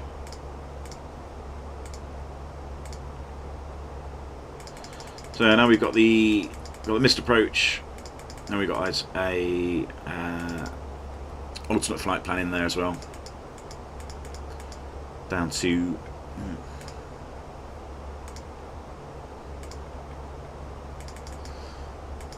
that's down to how has it done that? Oh, there it is. I don't know why it's in twice. So this is a bit buggy. This is definitely, it's not quite working exactly like it should do. It shouldn't be this. You shouldn't have to play around with it quite this much in the real aircraft. Anyway, that's going down to runway 24 in Edinburgh. So if we were to actually, it doesn't do this again, another bug with Phoenix. If we were to delete that alternate fuel planning, it would pre-populate this based on the routes you've got in and the winds. It would give you an updated fuel burn for your alternate. So it might say 2.5, for example, so your CNR would actually be a little bit less. But it doesn't do that. It hasn't worked it out. They obviously haven't coded this to work out what the estimated fuel burn is going to be to the alternate based on your alternate fuel, your alternate flight plan in the FMGC. So that's sort of missing. So you just got to really go off the OFP 2.8. There we go. 3.8 is our CNR. Always divert to Inverness if you've got white passengers. Yeah, yeah. Well, I mean, it's a good point though, Mike, isn't it? Because Edinburgh is a destination for Faro Airways, Atlantic Airways, whatever you want to call it.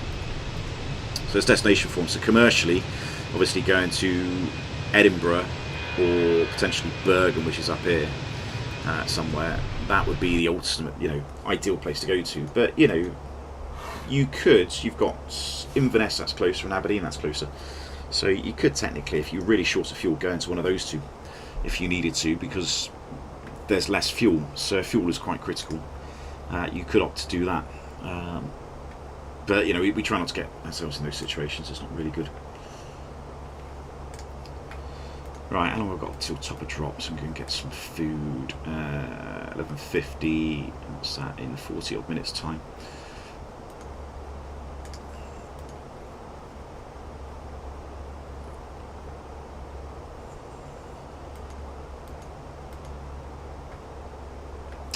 Another good thing to do, because we are effectively about to cross the North Sea, something which I do relatively often.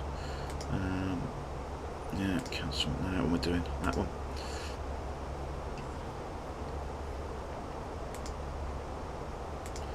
Routes. So we can see we've got an ETP on our flight planner, equitime point.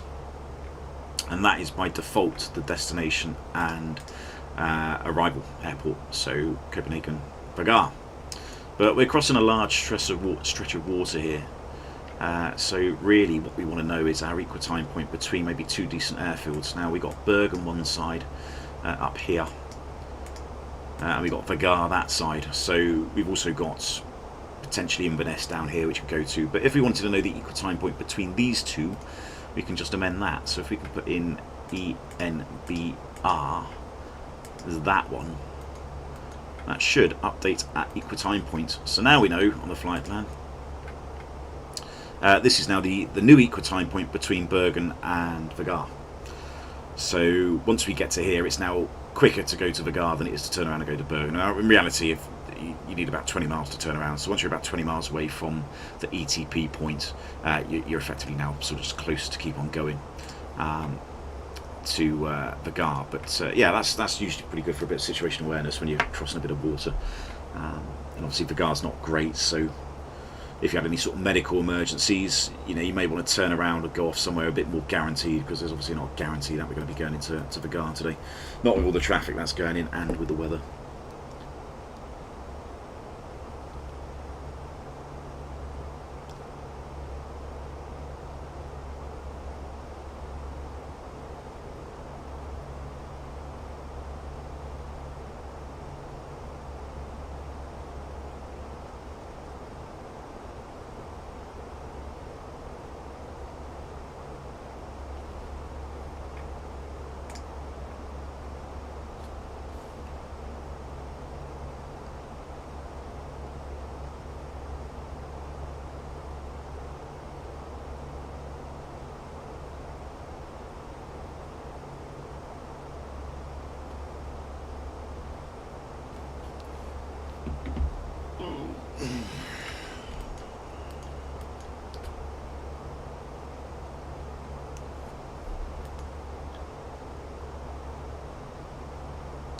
Interesting, there's a flag for VOR2.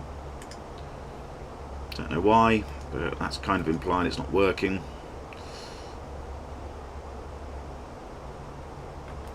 Let's have a look, FLS.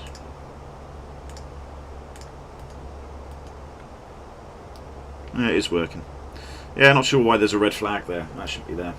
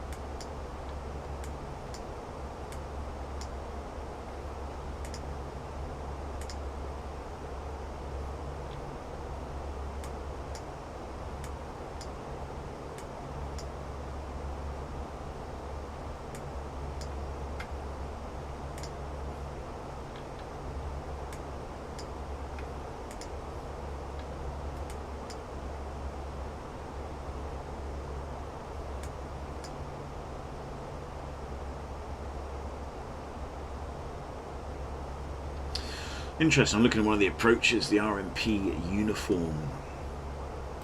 As I said, one of the aircraft got in yesterday, which I was amazed at, really, to be honest. And they obviously did this.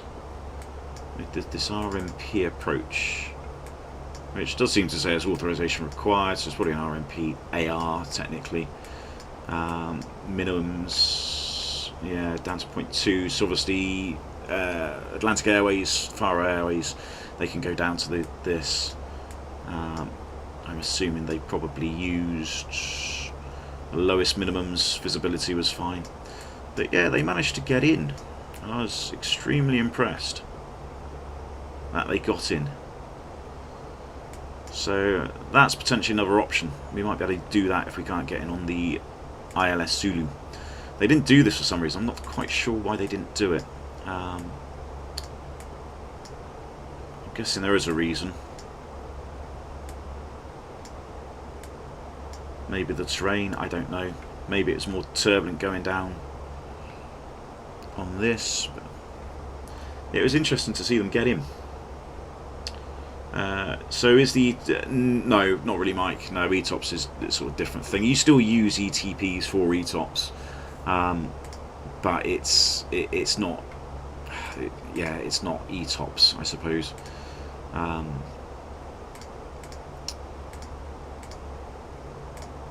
Yeah, it's ETOPS is a bit different. I don't really know much about ETOPS, unfortunately, so I'm not really the best person to answer that.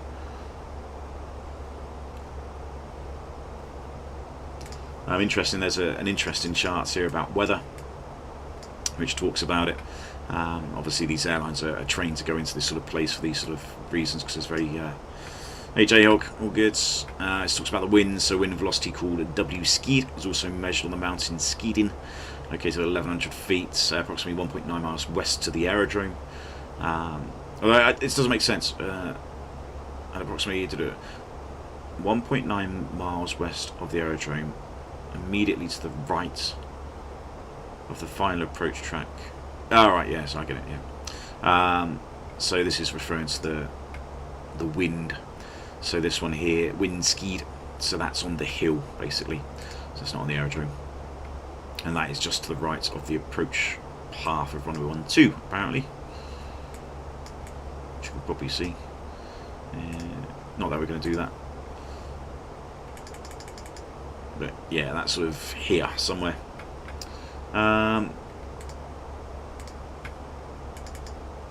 Anyways, it talks about the winds, talks about it can be very turbulent if the wind's in certain directions, above 50 knots. We're sort of in that sort of category.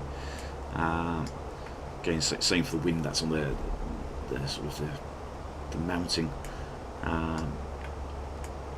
There's a turbulence warning system apparently on the airport, which is pretty useful.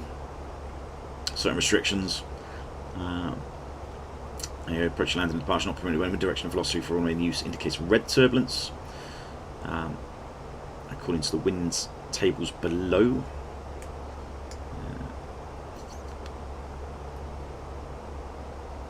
So the approach, landing, departure by category M aircraft during wind conditions indicates blue turbulence, moderate to severe.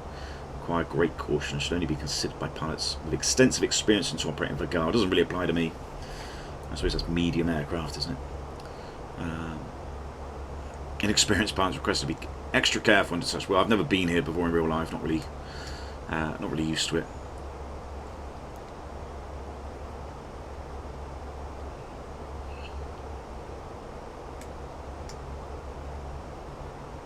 There you go. So 319s are sort of based in category M.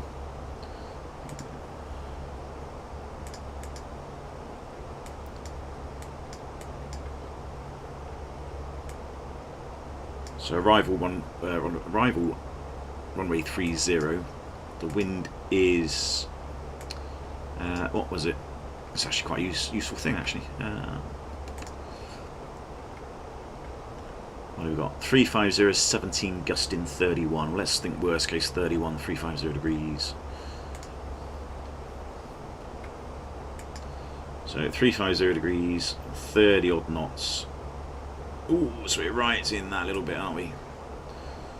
So right in the little bit between the light and the moderate. We're not into moderate severe, we're not into severe. So yeah. So actually it's looking like it could be okay. Is it a problem, RBSN? Is what a problem? I missed that question.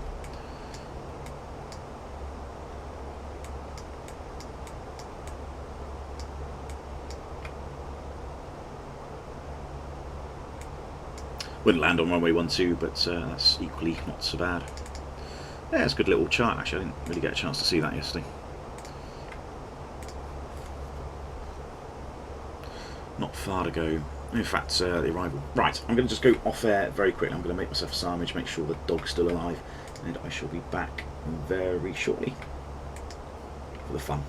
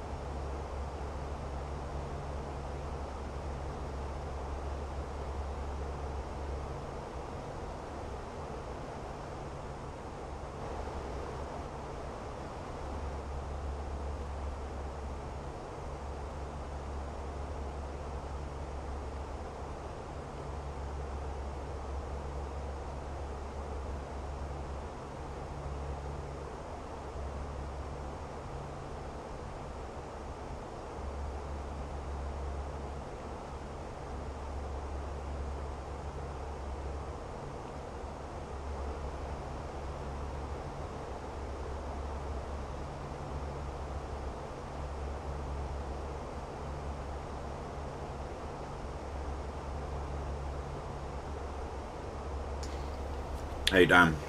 Yeah, it is bloody attempt number whatever. I was determined today though. Ironically, 15 million people are all going to Vagar at the same time, so the last little bit may be off Batsim. But, you know, I don't really care too much about that, to be honest. You know, I'm just finishing with crisps.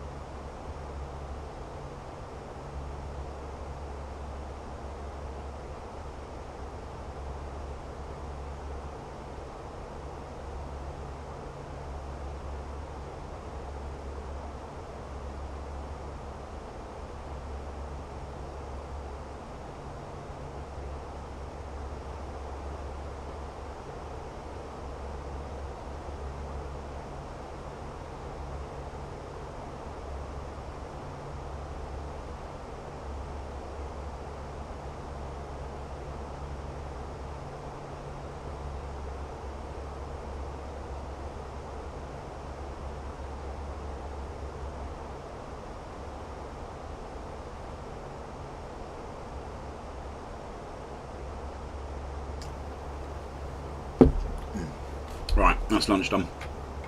Right, let's have a quick look at this then. So we're going to go... So we've got a few options for the approaches. That's a departure. We've kind of... I mean, if we do land, we're going to land here. That's the runway length. 1,700 metres, not a lot. And part one of the stands. Inclination strong southwesterlies, which is not... Okay, that's not too much of an issue. Pappies are 3.5 apparently. Runway's grooved, good. So yeah, we've looked at that. We've looked at this. We sort of it's on the medium to light moderate turbulence expected. So we're keeping an eye on that. We're expecting to do the ILS 30 initially. That will be going in via Robur and then down here to 4,000 feet of platform, 3 degrees, or sorry, 3.5 degrees. Minimums, misapproach 5%, we can probably do that, no problem. 680 is minimums, RVR, we should have that as well, which is good. Go around, it's off the valley, up to the Mike Yankee, and back in. If we do a go around, standard go around actions, we go up. As soon as we're above the MSA, which in this case is, let's call it 4,000 for cash, as soon as we're above 4,000 feet, we get a left-hand turn back to Robur, to hold there, have another look at it, and then we can possibly do another approach. If we can't get off the RLS, I might look at doing the RMP. Minimums are a little bit higher, but as long as the cloud base isn't an issue, that's fine. As long as the visibility is fine, that's good. 3.6, so a slightly steeper approach, but it might help us in terms of stability if we're not too bounced around over here. Might get us down a little bit lower. What's that? VG 990 is only 0.6 away from the aerodrome. So what's that going to be? Half a mile. It's 150 feet above the threshold. So it'll be about 400 feet ish. So we could look at doing that. That may help. It's effectively an RMPAR.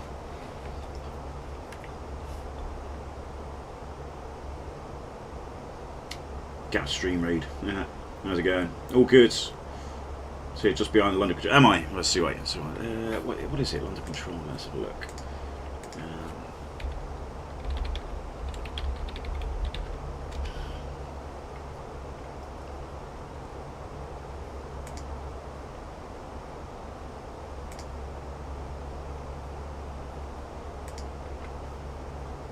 You say it's live? Has he? It doesn't seem.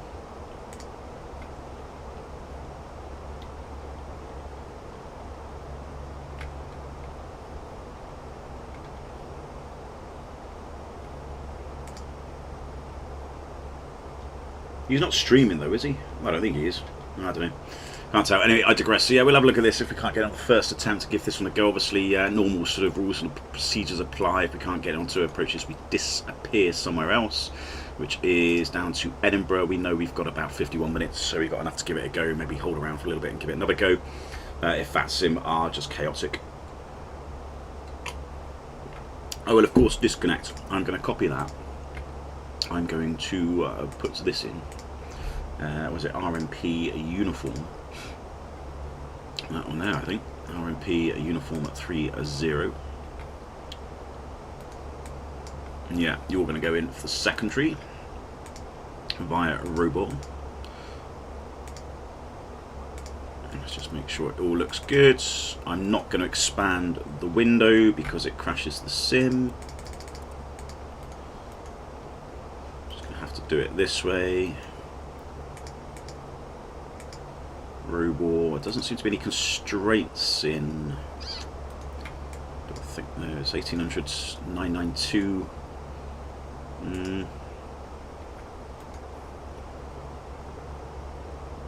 Don't know.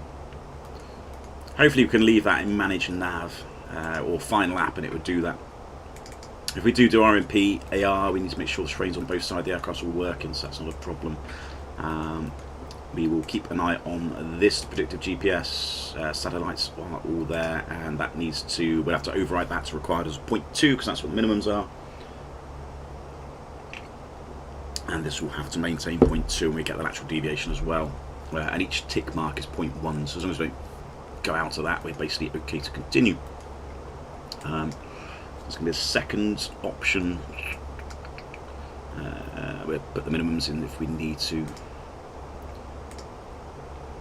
Let's get... Oh.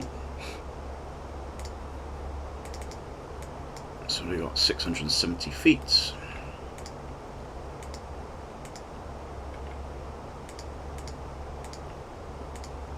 This is weird. I think if we do go around, we're going to lose the alternate flight plan for some reason.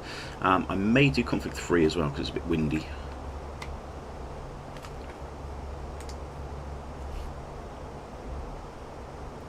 Is there beef? No, Baron. No, sorry. There's no. I don't have any beef with London Controller. I thought it might be. I thought he might be live streaming it.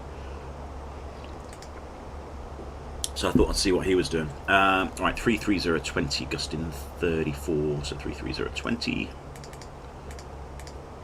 So one of these things, we don't put the gusts in when we put the winds in the FMGC, but we do have to appreciate the gusts and take it into consideration when it comes to like landing, etc. So it needs to be within limits, but we don't actually put the gusts into the FMGC. 8,000 meters, good. So that's good enough for the RMP, AR, and it's good enough for the ILS. 7 degrees 999. 999 hectopascals. I might have a look at config 3 in a second. So everything else, that's fine. So 33020, let's have a quick look at this again.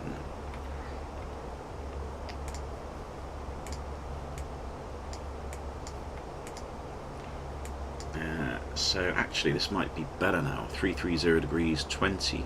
So we're in none, so the wind's no turbulence at all actually now, which is looking good. So that's going to help us out a bit. 999, that's already there.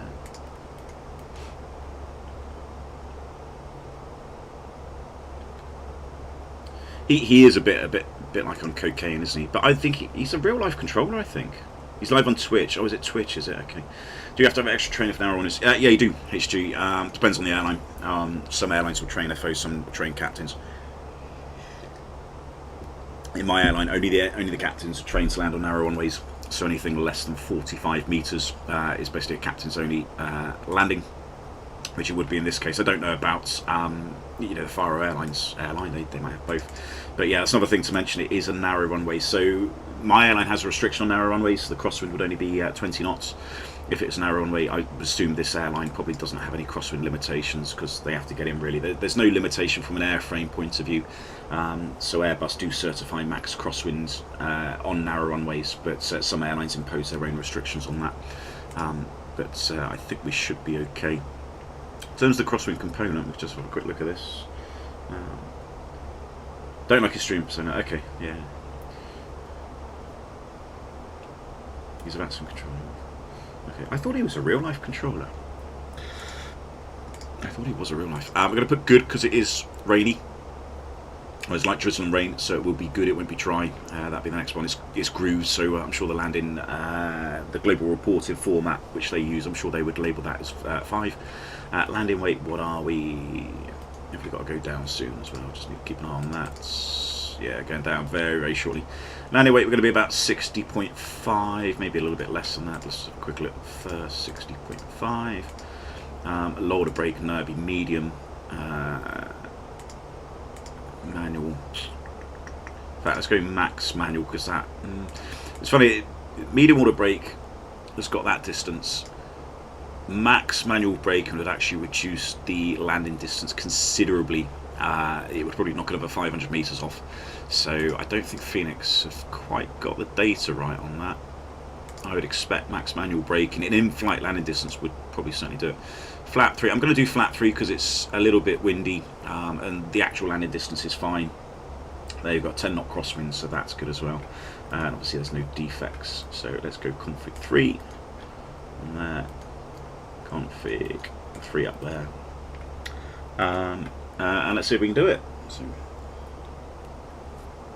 but not real life. Oh, he's not. I thought he was. I could have sworn he was. But, yeah. Maybe not. Right, so Robor, the minimum altitude at Robor is 4,000, so I might just start descending to that. What is the traffic like at the minute?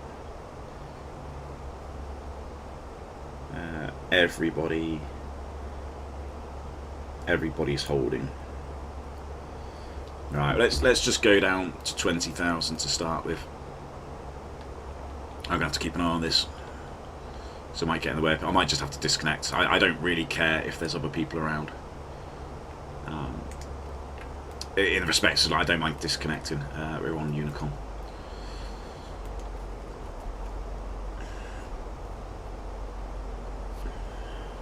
Vagar traffic, Airline 453 is leaving flight level 380 for flight level 200 direct to Robar.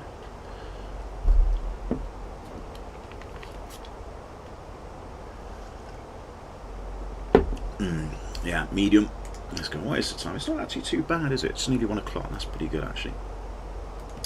Right, that's all done. That's done. I think we're more or less briefed. As we'll see, the clouds. Faroe Islands are up here.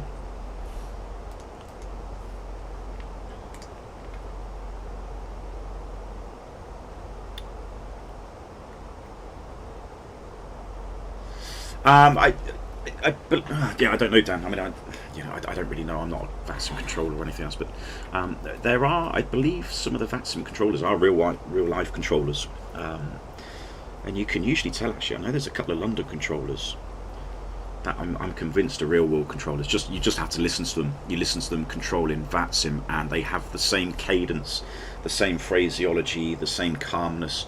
There's something about how they talk, and you just think you're not just good at being a VATSIM controller, you're good because you must do that for real.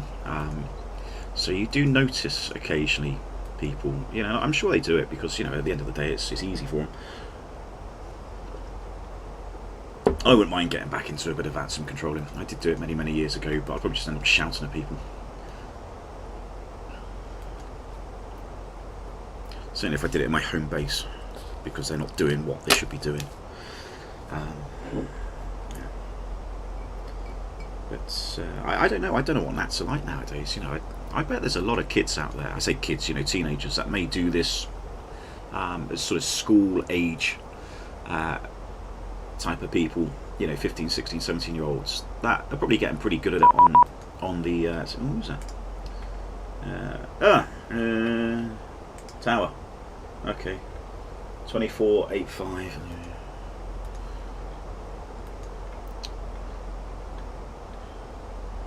Should have put more fuel on.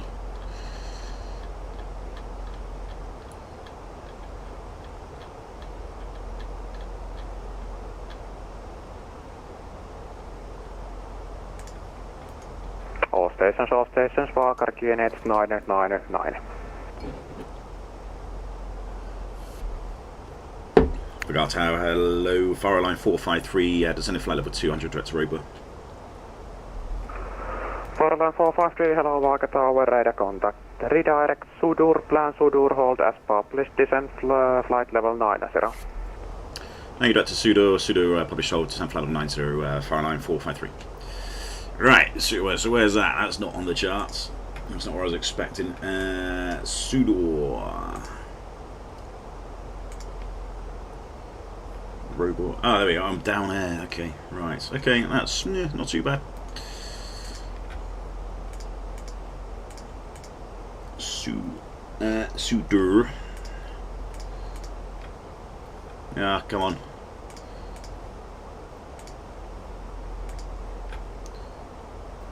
Hold. The published is 340 left-hand turns.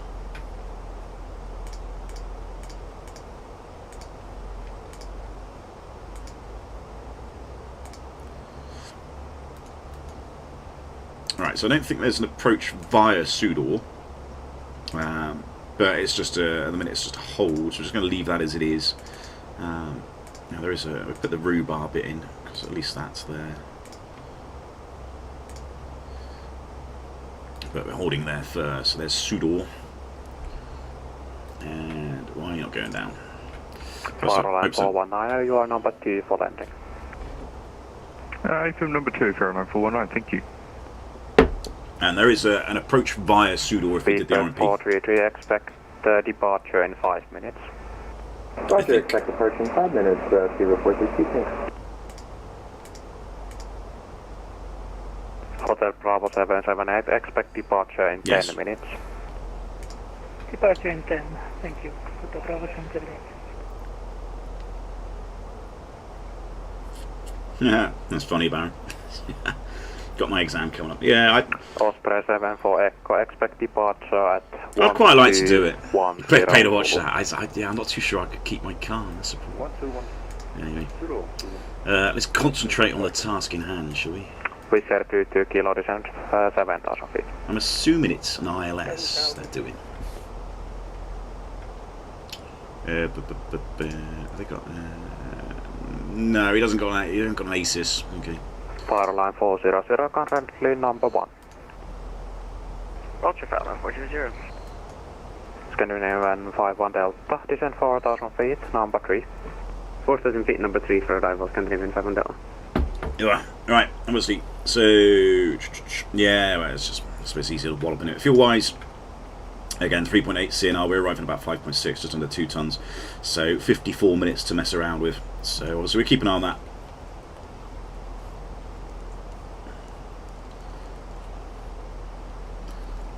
I've got a couple of hours until I need to start doing things with the dog. He seems quite happy downstairs. There's the Faroe Islands. It's all looking pretty nice so far. I'll add it's not going to be the smoothest of landings. It will never be on a sort of narrow, short runway.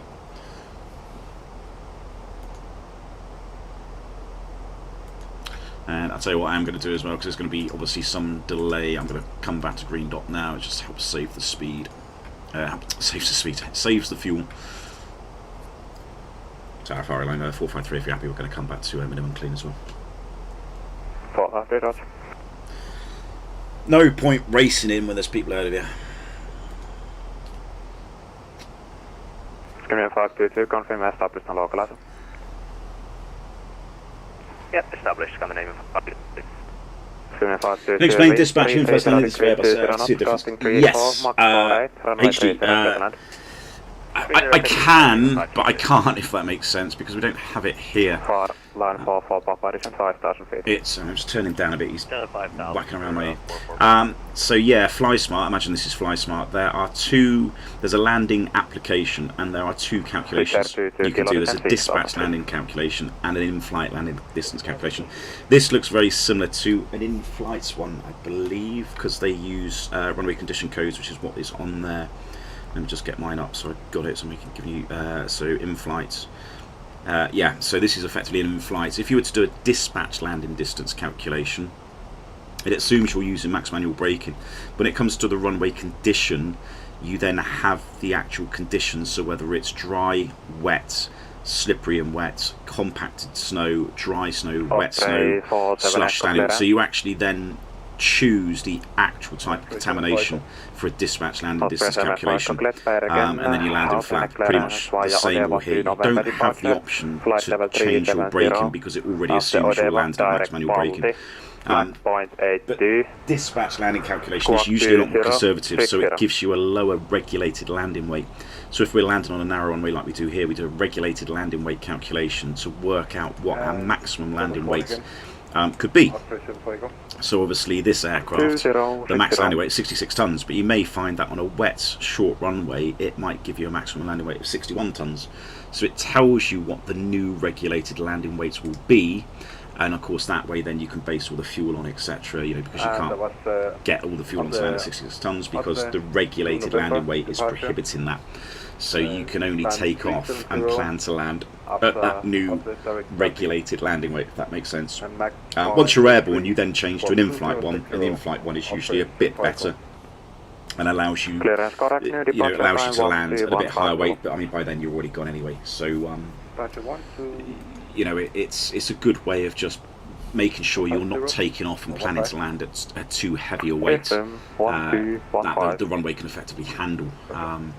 Not so much physically, but you know, the runway is too short to allow you to land at a heavier weight. So that's kind of why you do it. That's the difference between a dispatch and an in-flight one. And obviously FlySmart has got the 2. It's got in-flight, dispatch. I think it's dispatch. No, it says in-flight first, and then it's got a dispatch tab. So you pick which one you're doing. So when we're going to places, you know, like Jersey, Isle of Man, you know, all these short runways in Innsbruck, anyway you go that short, you do this dispatch landing distance calculation, because that gives you your actual allowable landing weight, which could be less than the structural. But Phoenix don't have that, sadly, so the only thing really we can do at this stage is just do this on the ground and just go, right, on these conditions, at this estimated landing weight, you know, is my landing distance required, which is the first one. Is that within the landing distance available? Yes, it is. You know, the factored landing distance is a little bit out, so you know that's a 15% safety margin. I mean, you could kind of disregard that. You don't really want to, because these are like test pilot conditions, and this is your safety margin. All stations, new QNH 1000. 1,000. Cool.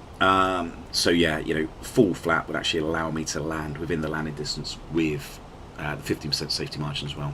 Speed 433, your time has begun after incoming Scandinavian 5. It's a little bit complicated, but taxi and line up via backtrack runway 30. It's, you know, you get the hang of it once you've been doing it a few times. Backtrack runway 30 for Seaver 433.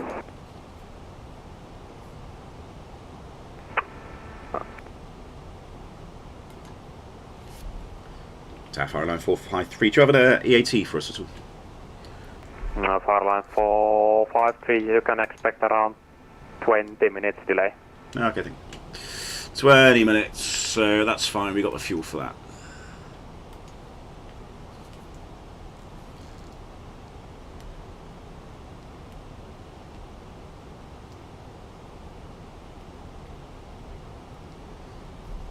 Yeah, the child thing, I think it's the squeaky voices, isn't it? You know, you can just tell somebody's probably about 11. Golf Bravo Mike, India Victor, radio check. Golf Bravo Mike, India Victor, all Vagar in correction Vagar Tower. Yeah, back for your clearance. yeah, Liana, I suppose. Delay now. Confirm how many minutes delay for Golf Bravo Mike, India Victor. Now 30 minutes, but it will be shortened. Let's see. Call you back. Copy, Golf India Victor. I know what you mean, Liana, but I can't help. I mean, you know what I'm like. I can't help but just have a whinge at somebody when somebody messes stuff up. Welcome to Vagar Taxi, wherever you find a free spot. Right, speed VS. Passengers, the drums coming in with 522. Bye bye. Squeaky voice is the problem for me. Airline 419, speed 160, let Alice Victor approach runway 30, cancel the hold. Cancel the hold, speed 160 and clear for Alice approach for Airline 419. They sound like Beaker from the bloody Muppets half the time. I think that's just it. Just makes me laugh because, of course, you don't hear that in real life. So just hearing people trying to fly an aircraft with a squeaky voice my parking spot just make me laugh a bit. Just incoming, and I will be waiting on the taxi far east of the airfield. The correction hotel, Bravo 7 remains filter.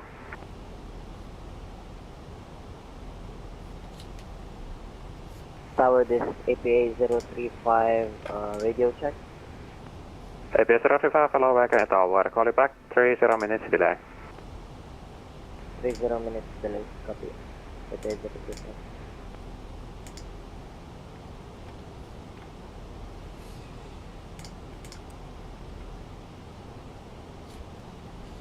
Target Tower, Speaker 423, just to confirm. If it was a 20-minute delay, I would have rather held at flight level 200. There's no point getting down to 9,000 feet with burning fuel. Roger, we'll expedite the backtrack for runway 30, Speaker 423.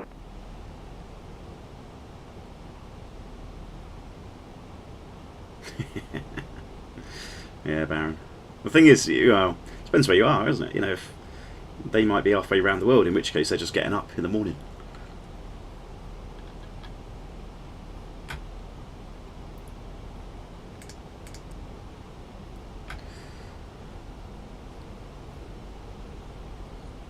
Right, 1,000 to go.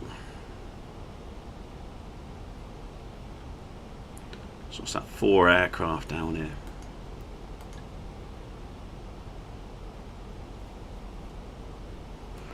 Airline 453, descend 8,000 feet, QNH 1,000. Descend 8,000 feet, QNH 1,000, hectopascals, Airline 453. Golf Bravo Mike India Victor Vagar Tower.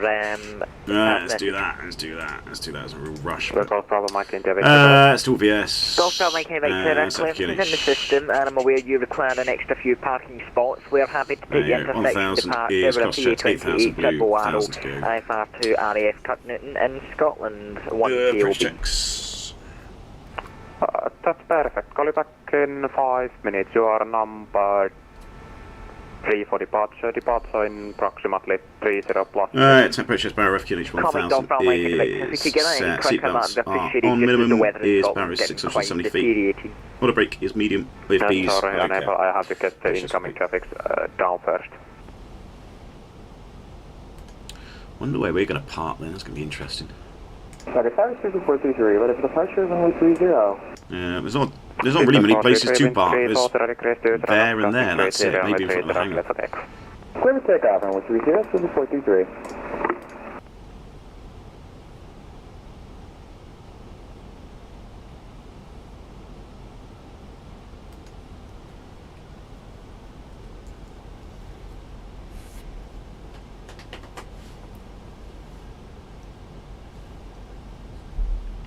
Alright, Outstar.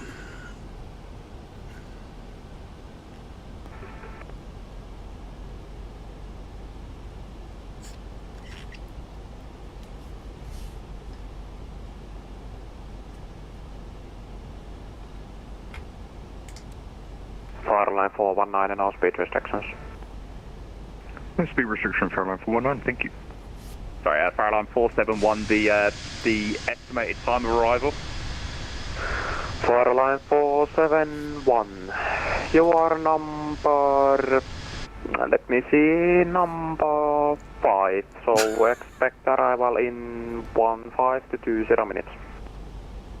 Roger, are we doing more than a couple on the ILS at a time, or are we just doing one in at a time? Let's see, I have to get a couple of departures first airborne, so I get parking space, so then we get more arrivals at the same time. Aye, cool. Why'd you get pinged for an oceanic clearance, Baron? You weren't even oceanic airspace, were you? So basically holdings are because there is not really any parking spots on free. That's right, we'll just disconnect when we land. Alright, thank you. Right, so he said about 20 minutes from now. Again, let's keep an eye on the fuel. Should be a mandatory procedure. 51 minutes. So by the time we should have about half an hour. Again. Disregard for 4 above. Somebody's having a whinge.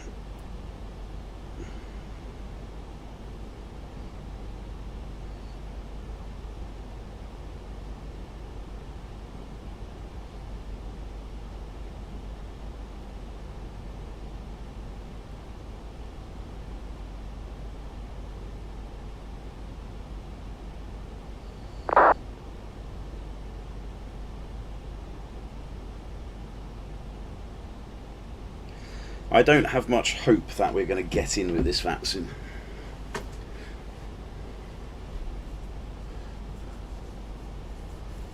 Airline 400, next inbound leg, cancel the hold, cleared ILS Victor approach via Suru transition, speed 160. Roger, speed 160 and cancel the hold in for ILS Zulu 30, for Airline 400. Confirm ILS Victor for runway 30. Affirm for Airline 400. Did you say Victor? Let's get that ready.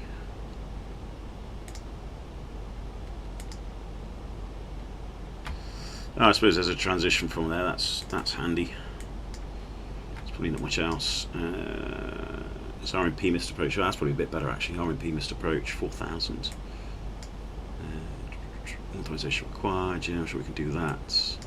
Procedure restricted aircraft with wingspan less than 40 meters. Okay, well I can't do that because my. Oh no, I can. Yes, I can. It's alright. My wingspan. Speed 433 report when passing flight level 115.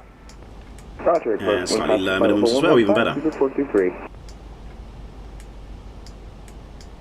Now let's see if we can plug that in because that might actually be better for us.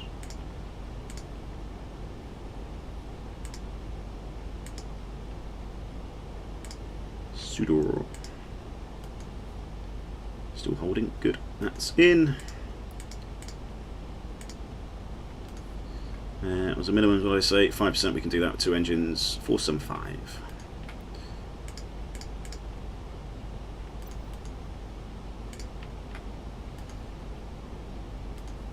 Oh, one thing I didn't do was the Streamlab thingy-majiggy, not Streamlabs, Fly Low Studios.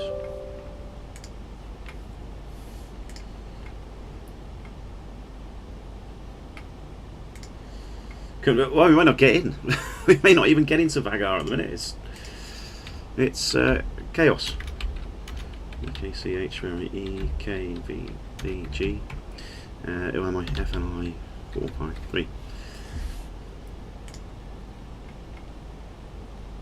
Yeah, there's no guarantee we are going to get in. I don't know why this keeps popping up.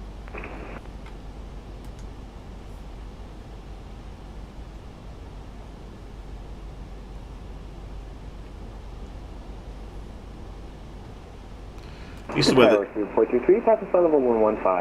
looking reasonably decent. Radar contact.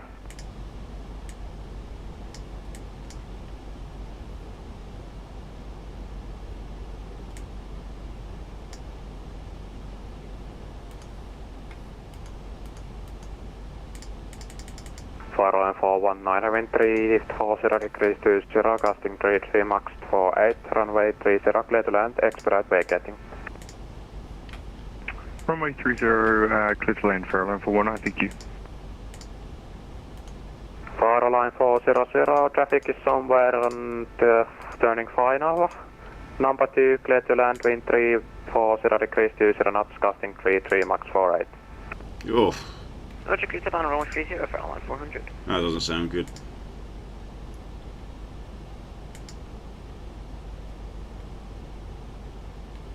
Start going down at VG4, 904, 3.5, 4,000, yeah, that marries up. Misapproach left turn for VG901. Tower Scandinavian 51 Delta, can you confirm our estimated time of arrival, please? Scandinavian 51 Delta, you are next incoming. Roger that, Scandinavian 51 Delta.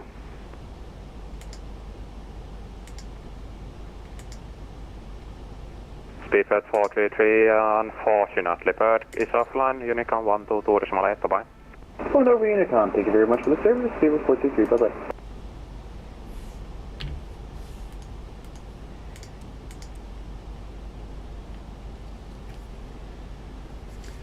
It's not being at work, this. My weather seems off, does it? It does seem unusually nice, doesn't it? It's got live weather. Could you tell what terrain standby means on the cam? Terrain standby. Have you turned this off by any chance? You turn that off? Terrain standby. I don't know. I don't think there's much you can do to turn it off. The only thing, unless there's a failure on the terrain database, potentially. So you might have a failure in the GPWS somewhere, which has disabled the terrain function. Turn that off. No, if you turn that off, obviously you can't turn that on. It doesn't do anything because you've turned it off. Terrain standby. Okay. I'd have to see. I'd have to see what it was, Leonardo. You'd have to send me an ECAM or something. What it says up here. Do you mean is it a memo or is it an actual ECAM caution? And Vagar Osprey 740 is our time for departure now. Osprey 74 Echo. There is 2 incomings, then will be correction 3 incomings, then 1 outbound, then again 3 incoming, then it will be you. New departure time 1230. I'm sorry about that. 1230. Osprey 74 Echo.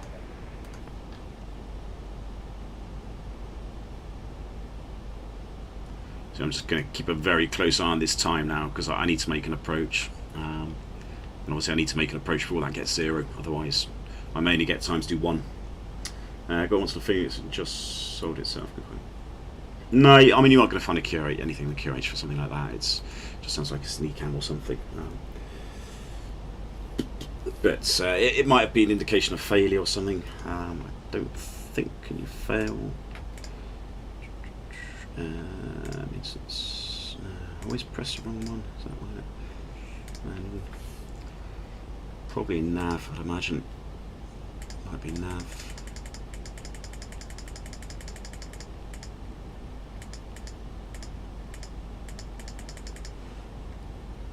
TCAS, ATC. Indicating recording, it might be part of that. Information. No, Accu. ECPs, DUs. I'm not too sure actually. I'm not too sure what failure it could have been to have caused that, but you might have had something. Hotel Bravo 778. Do you know when the next landing is scheduled? Flyline 419. Happens when the current GPS was already on somewhere on the final. Oh, there you go. Fruit bat sounds it. Yeah. Joining the final. Then will be one more incoming. Then it will be your time. Okay, I'm sorry. I will disconnect. I think I can take off in between two landings, but nevertheless. All right, let's go crazy. In next incoming, line up runway 30 via Alpha. Okay. Just after next incoming traffic, I will line up at Alpha for runway 30. Thank you very much. What's my number? That one. Another quick question: can we turn around on the runway? What is the minimum runway width for a backtrack on the runway, effectively? Because it sounds like if I was to land, Airline 400, reduce the minimum approach speed, one departure before you. Backtrack. Can I turn around on the runway, or do I have to go to the end? Reduce the minimum approach speed for Airline 400. So a genuine question, because even I'm struggling to remember that. I think it is 30 metres, I think it's fine. There's limitations. Aircraft general. Fairly sure I can do it. Actually, I think it's in the FCTM.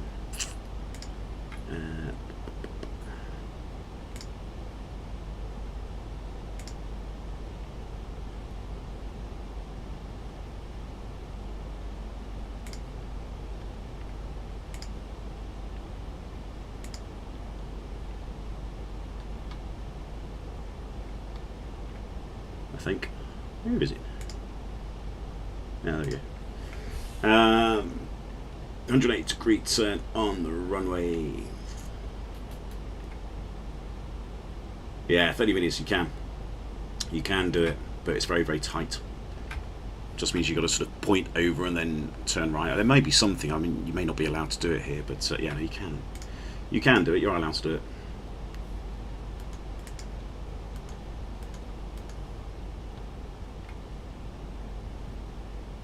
Airline 419 after landing, expedite vacating. You will expedite as soon as possible for Airline 419.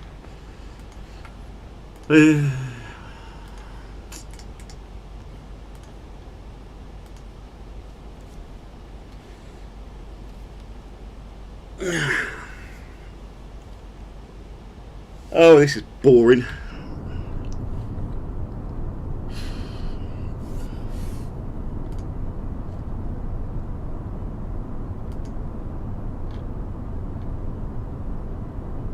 Nordic 6 Mike November, descent 4,000 feet. Correction, Nordic 6 Mike Hotel, descent 4,000 feet. Descending 4,000 feet, scan Nordic 6 Mike Hotel. 471, descent 5,000 feet. Sorry, say again, 471? 471, descent 5,000 feet. Descend 5,000 feet, Airline 471.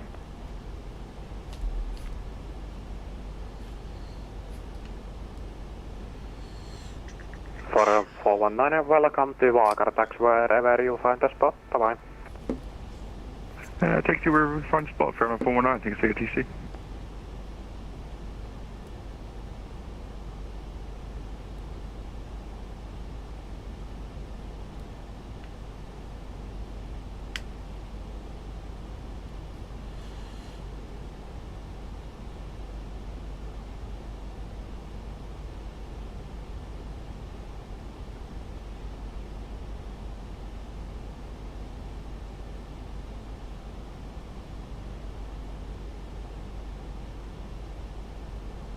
Airline 431, descend 6,000 feet. So was that at 3,000? 6,000 feet. 6,000, 431.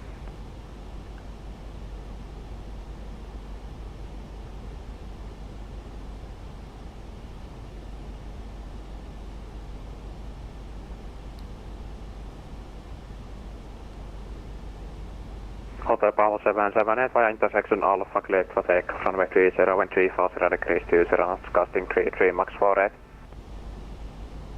At intersection Alpha, clear for takeoff, runway 30, Hotel Bravo 778. Airline 400, when landed, expedite vacating. Roger, we'll expedite vacating for Airline 400. Right.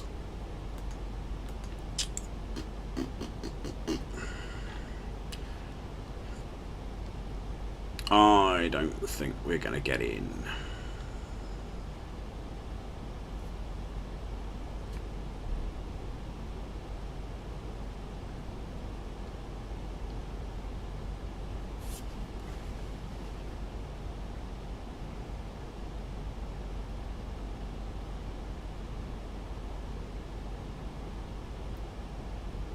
How can you understand what you're... yeah, it's, you sort of... I don't know, your ears prick up when you hear your call sign. You know, as soon as you hear like 453. Can 51 Delta, next inbound left, cancel the hard cut, Alice Victor, runway 30, number 2. My ears pick up a little bit. And I don't know, you kind of... left, Scandinavian 51 Delta. You're almost anticipating what they're going to say. So, I mean, I know my next call is probably going to be a descent. So it's going to be a descent to another altitude. So all I need to hear is like maybe 6 or 7 or something like that. Do I have enough fuel for... Yeah, I do. I'll come back to that in a minute. So you're sort of anticipating it. And then, of course, as soon as you're... you know, last in the hold. Next inbound, cancel the hold, clear Alice Victor, runway 30, number 3. You're almost expecting then that sort of call, you know, cancel the hold and then you action it all here. Yeah, fuel I've got. So it's 2.8 tons to get to Edinburgh. We need to land with a minimum of a ton, which is final reserve. So our CNR is 3.8. We're on 4.8. Expected to land at the minute if we to make the approach now. We're not, so we've got another 30 minutes. He said 30 minutes, and that was, you know, 15 odd minutes ago, 20 minutes, so I'm not too sure his timings are exactly right. But if I'm here in another 20 minutes, I want an approach.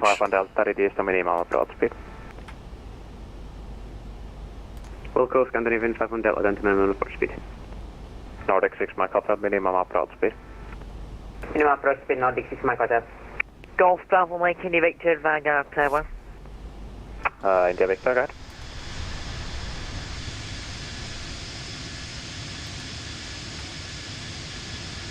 Golf Bravo Mike, India Victor, right? Direct to there. And the ultimate flight plan. Thank you. Next report when passing. Which is in here. Flight level 115. Clear redirect Valdi. There we go, there's a flight plan. Spemos, Wick, Aberdeen, Perth, up to flight level 390. Takes about an hour and 16 minutes.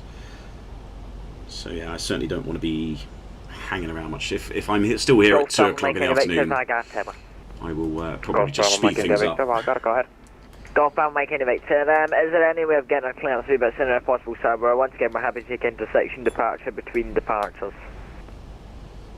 Golf Bravo Mike India Victor, are you ready to copy? They might have done, Dan. It's fine my end, but... Or cruise speed for Oceanic?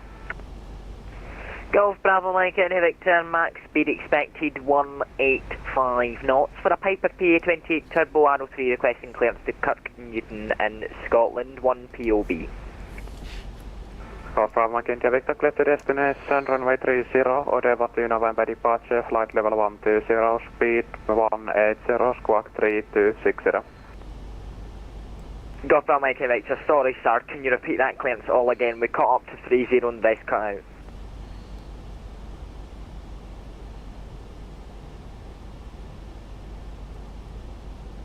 Golf Bravo Mike India Victor, Vagar Tower. Stand by. Yeah, Golf Bravo Mike India Victor, we'll contact you back in 2 minutes. We're going to need to reset as the aircraft shut down due to loss of power and it's now cancelled our full clearance, so we'll contact you back in 2 minutes. Go from Mike India Victor, I have sent you a clearance via text. No one read back needed.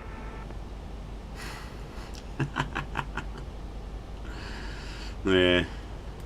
Can't imagine that would go down too well. Probably expect a wallop for that one.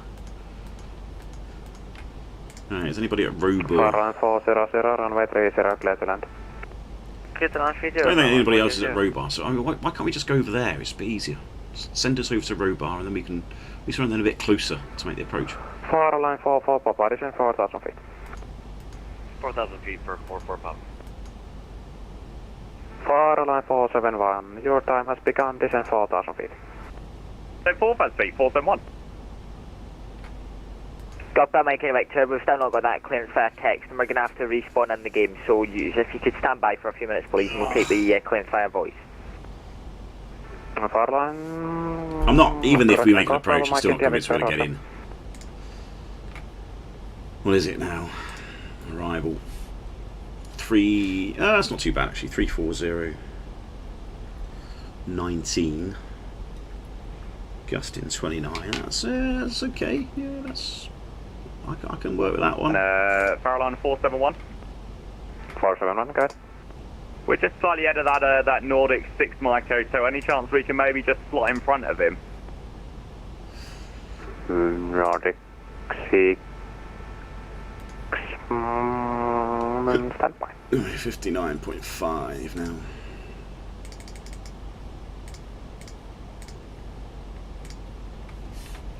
There you go, so even 59.5 tons with just about in fact man is what is the actual hold up? Traffic. Correction 340 degrees, 19 knots, gusting to 9, max 39. Got the engine clear to land, number 2 for arrival, Scandinavian 5 Delta.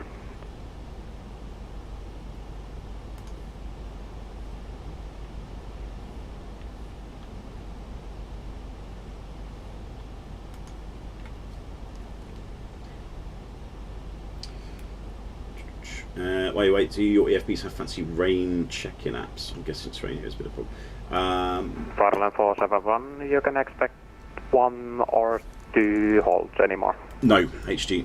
No, we don't. Well, I mean, we have got, yeah, we can check it on the ground, but I think one of the requirements of RMPAR is to be able to check your RAIM in the air, which this sort of can do, to be fair. With the kilo descent for stars. Using the almanac and the database, but of course it doesn't always necessarily say if something's gone off system. But you know, you could message ops. You can ask ops and say, right, we're about to do the approach. Can you do a rain check for us? And they can let us know. So you know, there are ways of doing it, as long as you've got sort of ACARs. But you only really need it if you're going down to an RMP below 0.3. That's all really.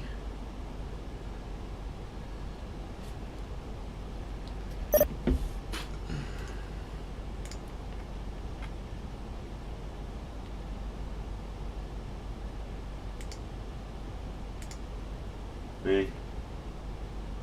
8. Someone's just messaged me. Osprey 7 for Echo. Startup approved. Startup approved. Osprey 7 I think the tower's just messaged me, just going 8. AIGHT. I don't really know what he means.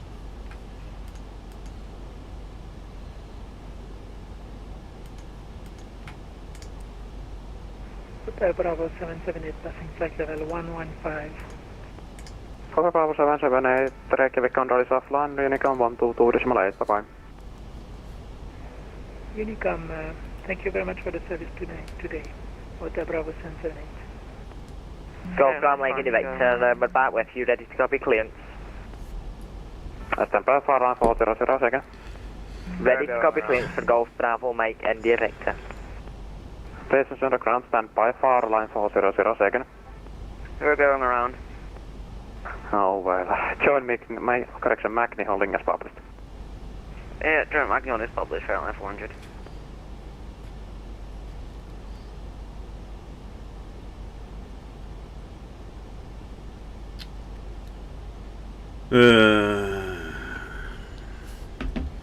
Tower Airline 453, do you have an up-to-date EAT? Fahrenheit 453. You are currently number 2. Thank you. 2's not too bad. If we do have to go around though, I'm sure we're going to be back at a very long queue of trying to people to get back in.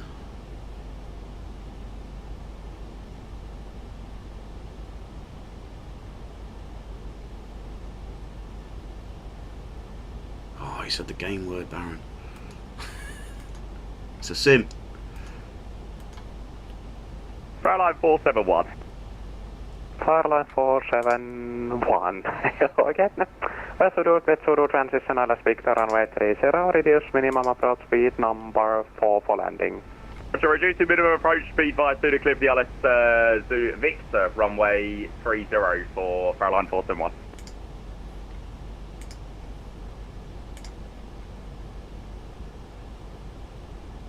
Golf Bravo Mike and Vector, but ready to copy clearance for now, please, to Copenhagen. Call you back. Have out for importing. Stand by.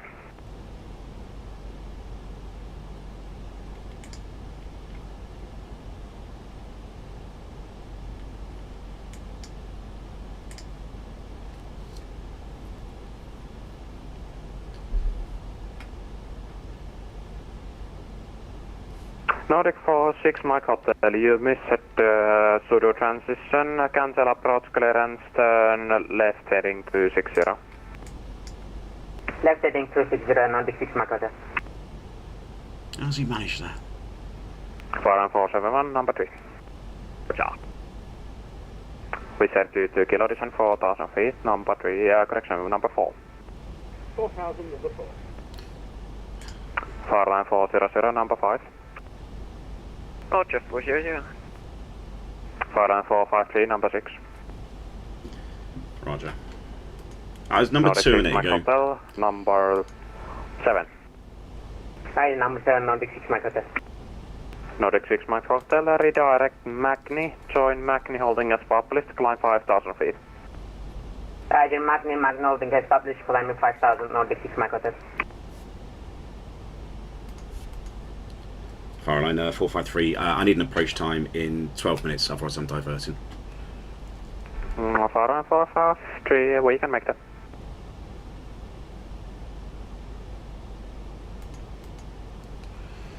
Vagar, Austrian for Echo, fully ready. Osprey 47 Echo, Roger, expect departure in 5 minutes. Roger, 5 minutes.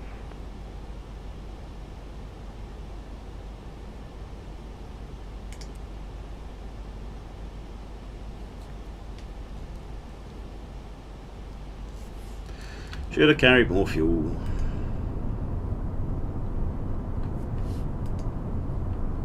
Airline 453, descend 4,000 feet. Descend 4,000 feet, Airline 453. Alright, speed VS 4,000 blue.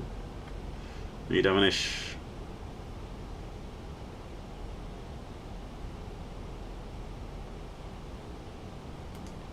Can you be correction, please, sir, to kilo, next inbound leg, confirm, next inbound leg, clear data speak per approach, for report transition.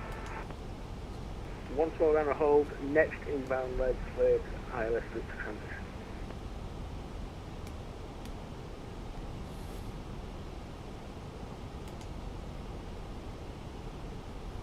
We see Nordic 6 Mike Hotel, confirm you are climbing 5,000 feet.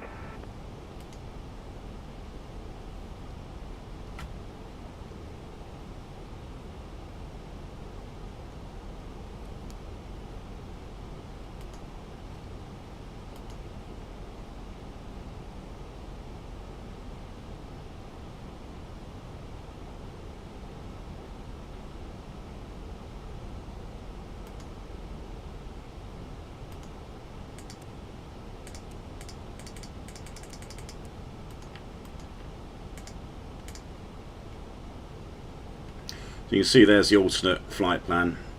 So in reality I'll probably go straight to Perth or something, just cut all of this out. Vagar Tower, can I get the reason again for cancel of clearance approach, Nordic 6 Mike Hotel? Nordic 6 Mike Hotel due to separation. Roger, Nordic 6 Mike Hotel. Tower Scandinavian 5 on Delta vacate, runway 30. 5 on Delta, welcome to Vagar, taxi stand of stars. On the choice, for Scandinavian 5 on Delta, thank you. 544 Papa, runway 30, no reported traffic. Say again for 44 Papa? No reported traffic, runway 30, runway 3. 44 traffic for runway 30, Papa. I think people may have disconnected. Easy, sorry, Airline 453. Clearance, please. We did originally get our clearance. Call from Mike India Victor, now it's your time. Clear to destination runway 30, Odeva to November departure, flight level 120, squawk 3260. Golf Bravo Mike Indy Victor's cleared to destination RAF Kirk Newton via the... Is that right?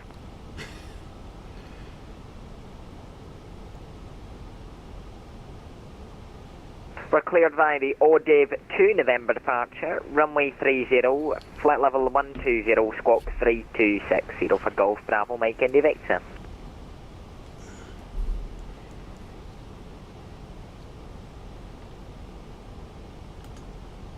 Golf Bravo Mike Indy Victor, tower. Bravo Mike Indy Victor, clearance correct.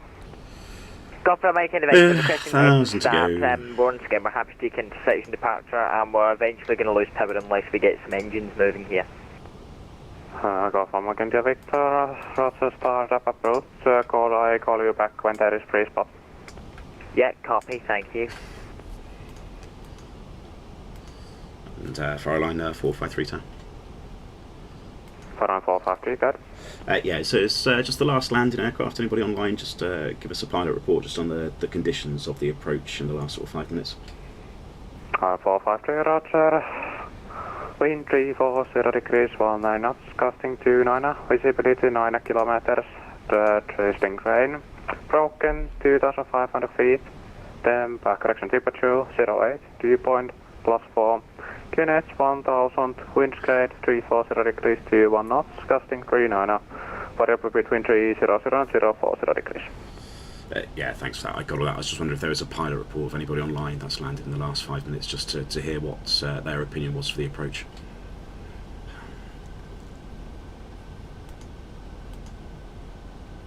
Maybe not. Obviously nobody is online.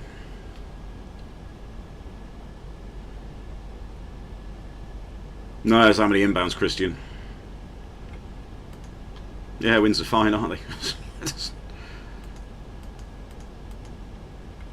I swear I've got live weather on.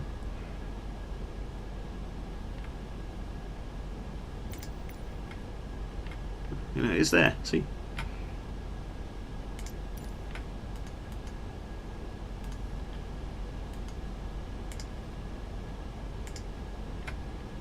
GPS altitude, 4,500 feet. Yeah, it's about right. Wizz Air 22 kilo, wearable transition, clear ILS approach, runway 30. Clear ILS approach, runway 30.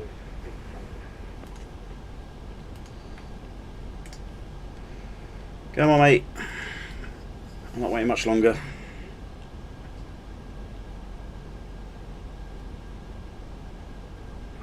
Tower, good afternoon. Airline 755, for level 213, descending to over. 7554, hello, Vagar Tower, fire. Join report holding as published at flight level 80. Join report holding as published at level 80, Airline 754. Airline 7554, I call you back for better information soon. Roger. Airline 453, not next, but then next inbound left, clear there, collection. ILS approach, ILS Victor approach, runway 30. Okay, thanks, just double check. So not the next inbound, but one more lap around, and then we're clear for the ILS Victor approach runway 30 for Airline 453. Alright, so I don't think it's this one, but then the next one.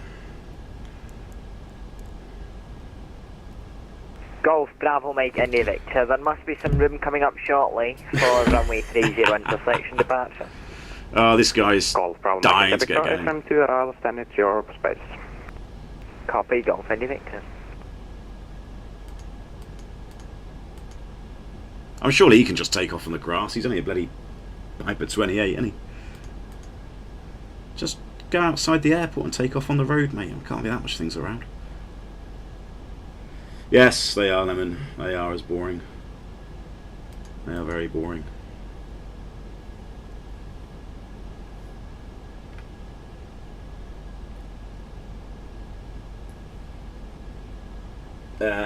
Yeah. No, Baron.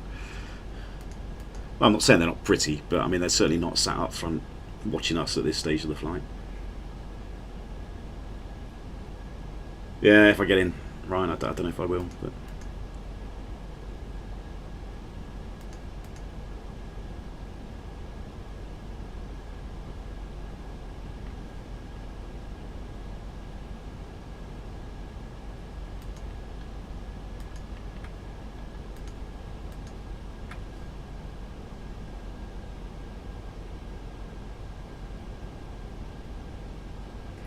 I don't know if they started it, Chris. Airline 7554, descent 5,000 feet, KNH 1000. Weather information, time 1220 Zulu. Wind 340 degrees 19 knots, gusting 29er. Visibility 9 kilometers, drizzling. Broken 2,500 feet, temperature 8. Dew point 4, KNH 1000. Wind gate 340 degrees, 21 knots, 39 knots. Variable between 300 and 040 degrees. Transition level 80. Roger, copy. OKNH 1000, transition level 80, Airline 75. Bergen 44 Papa vacating runway 17. 44 Papa, thank you. Taxi run, bye bye. Thank you so much. Fantastic service today. Appreciate it.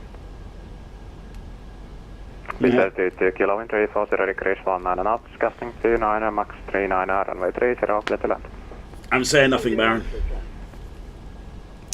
Right, Mike Fox is identified, so next round the lap. Carolina 7554, request 2 minutes late in the hold. Still in the hold, yes, Sean. 7554. Just about got enough fuel as well. Request 2 minutes late in the holding if possible, Carolina 7554. 7554, approve. Approve, 7554. Tower Airline 453. 453, second. Yeah, just to let you know, just for your planning sequencing, really, if in the event of a missed approach off this approach, we will need to make an immediate approach. If you don't have the capacity or space to do that, then it'll be an immediate diversion to Edinburgh, please, for Airline 453. 453, that shouldn't be a problem. You can continue your approach. We can make that. Okay, thank you, Airline 453. Right, there you go. As always, just keep ATC updated. So we've probably got enough fuel just to give it another go. Just about, but then if we don't make it on the second approach, 7 minutes. Then we got to divert. Nordic 6 Mach Nordic 6 Mach I'll confirm you are joining Magni holding. FM, we are currently joining Magni holding, Nordic 6 Mach I think one of the problems with this runway is it's a bit uphill. Behind text landing with Airbus 320 near, line up runway 30 via Alpha. Line up runway 30 at Alpha after the next aircraft lands and vacates for Golf Bravo Mike India Victor. Right, just to save a little bit of time as we do an immediate exit. Do you have any ETA? 40400, away from landing in 5 minutes. Why do people keep saying ETA? It's EAT. You want an EAT and an estimated approach time, not an estimated time of arrival. Airline 453, we're making a left turn now direct to Sudar to start the Victor approach from runway 30. Power.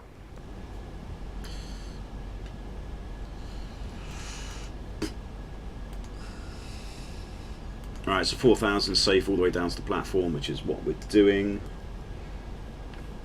Obviously with visual as well.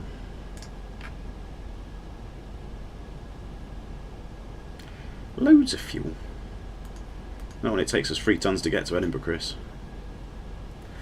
Chris, our pilot's landed in the cockpit alone. Fuel times running out. Seeing the captain left on his own. First officer. Me? Good question. Our pilot's allowed in the cockpit alone. Fuel times are flat. Seemed the captain left on his own. I'm not answering that, Baron, because it's a security question, so I can't, I'm afraid. All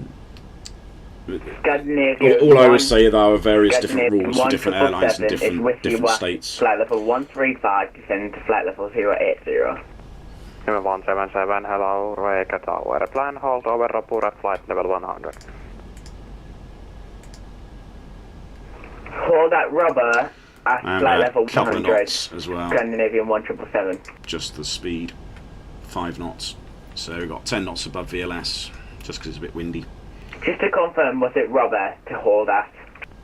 Touchdown zone is centre line. You will get tarmac, Dan. That's all I'm going to promise. Roger that. But I can't even promise that.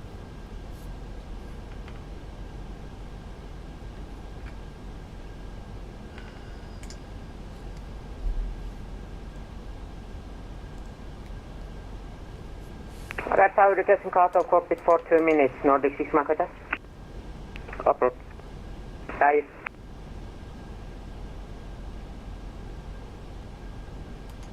So 7554, do you have an estimated up after safari? Airline 744, you are number 4 for arriving. Expect arriving at firstly time 1300 Zulu. 1300 Zulu for Airline 7554, and in that case request hold at 7 or 8. Wins a 0, then you forfeit the hand with your eyes closed. Yeah, I'm not sure what's going on with the weather. 744, correction 7554, roger approach, you can you just turn it off and turn it on again, see what happens. Feet. Hold at 7 feet, roger, so 754. Yeah, maybe it is broken.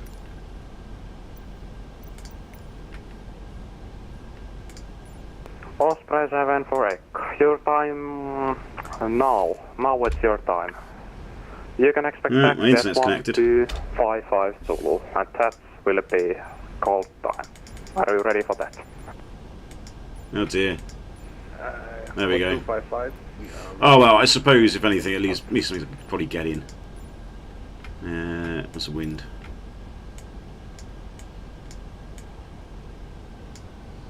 So I can. Not so much cheat, but I can. Take my cup, welcome back.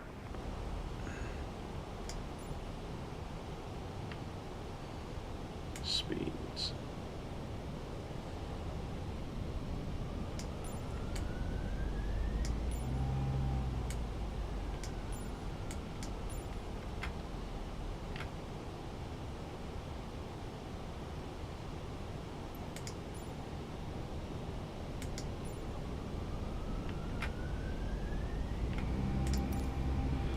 What is the weather? Let me get weather quick. Well, it's not cheating, but I'm just making it up. Oh, fuck off.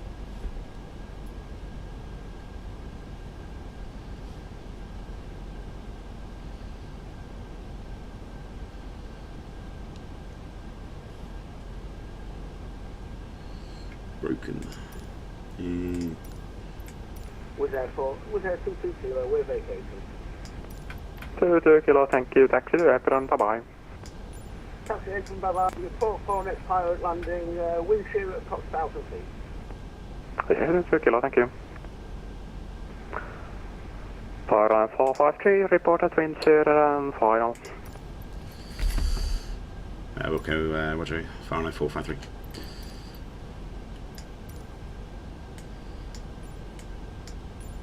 Golf Bravo, Mike and Victor, Via Alpha, ready for immediate departure runway 30, Piper PA28 Turbano 31, POB. Yo. Call of India, Victor, wind 340 degrees 1.5, costing 29 Max 39, runway 30, cleared for takeoff. That will behave. Runway 30, takeoff, winds copied for Golf Bravo, Mike and Victor. Osprey 74 Echo, Vagar. Osprey 74 Echo. Osprey 74 Echo, are you ready? We are fully ready. Osprey 74 Echo. Right, this is not quite the exact winds because I know it seems to be. Line up and back to runway 30. What's the word? It seems to overcompensate things, so. A320. I'm just going to make it something similar. backtrack, of course. I do. It's probably similar to what it is in real life. I can't promise anything, but it's going to be not far off. Airline 4001 departure before you.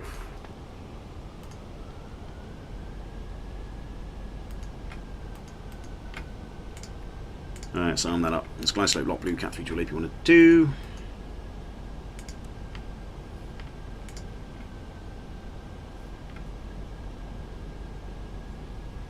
Yeah, I've had no internet connection messages or anything, so I'm not really too sure what was going on there, but something wasn't happy. Anyway, what we got, so that's all better, that's better. Fuel, so yeah, we've only got a tiny little bit more fuel now.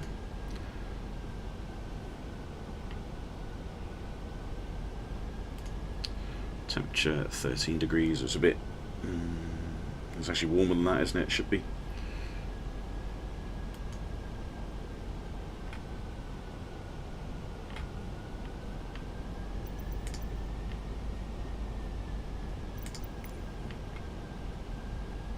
Golf Bravo Mike India Victor, report when passing flight level 80. Welcome, Golf Bravo Mike India Victor.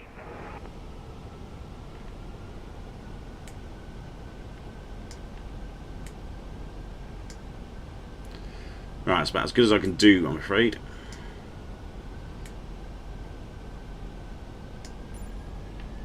Faro Tower, good morning. Midland 42, request FR clearance to Bergen. Midland 42, hello, report your requested MAC number for Fenix clearance. Typical, isn't it? Weather fails. MD80. FR clearance to Bergen. Report your Ocean, correction, report no requested MAC number for Ocean clearance. Yeah, QNH has changed as well, so just going to amend that as the actual local QNH in the sim.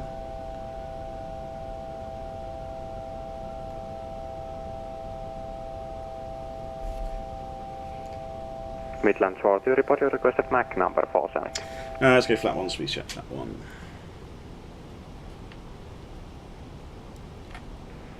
Can you... It was working yesterday. Please?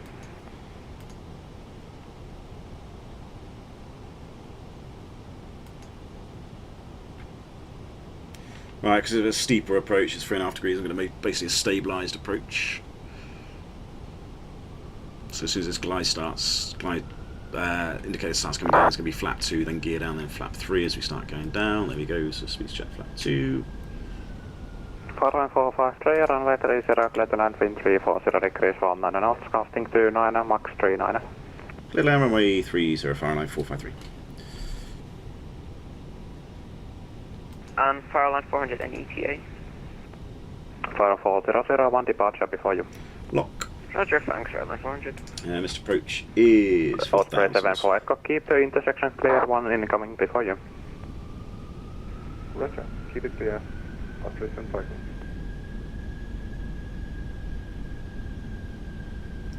Alright, get down.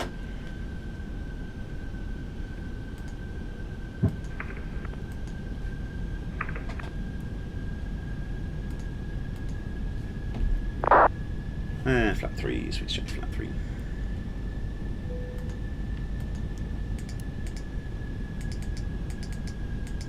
And Line 453, I used the full length and gate via backtrack. I have to get the traffic out before you get in.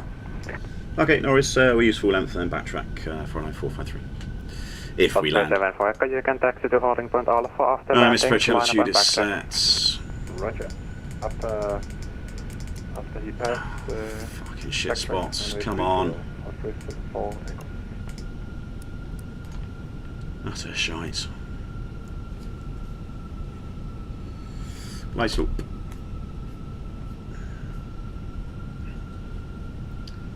Alright, landing checklist. It's a bit early.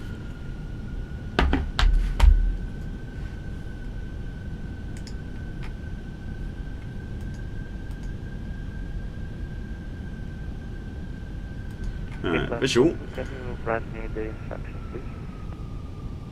Midland 4 to IDD, report you requested MAC number 4 oceanic clearance.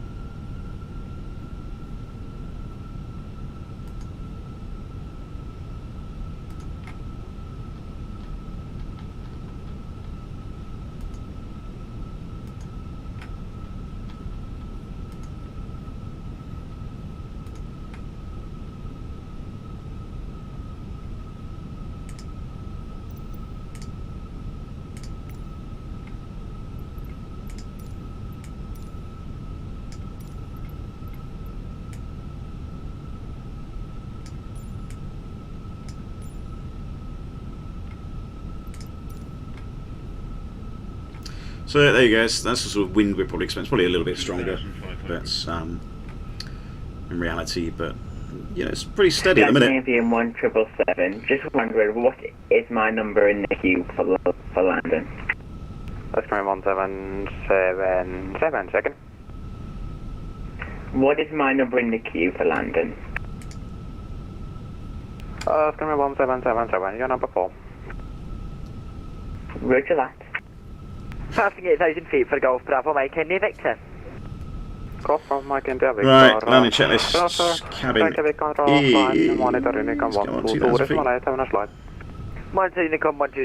Is secure. Going altitude 4,000 feet set. Eco memo is landing at Tower. Hello, Speedbird 888 requesting IFR clearance to Liverpool. Speedbird 888. BLS, what's that? About 133. Yeah, 143, that makes sense. Good.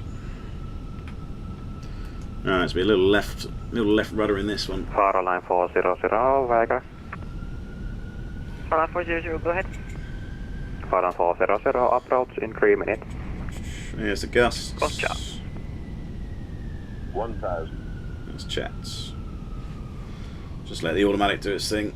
Airline 7554, starting your approach. Descent now, 6,000 feet, number 3. Descent 6,000 feet, number 3, Airline 7554.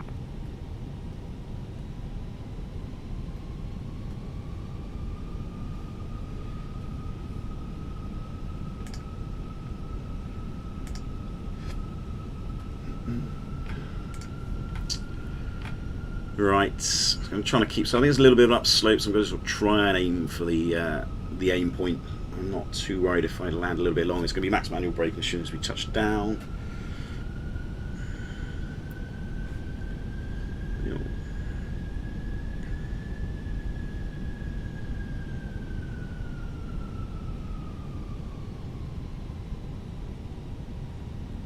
Alright, disconnecting. 500 stable. 100 above. Minimum 300.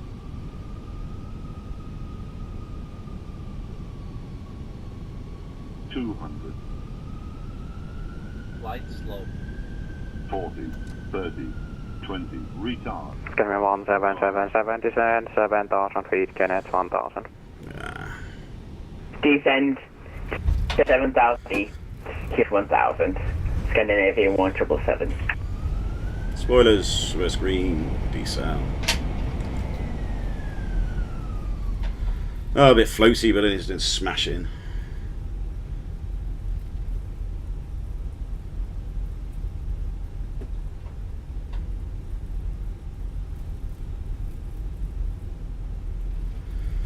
Texture's all going a bit funny on this one as well. And Oscar 74 Echo, taxing out on 30, back track. Power.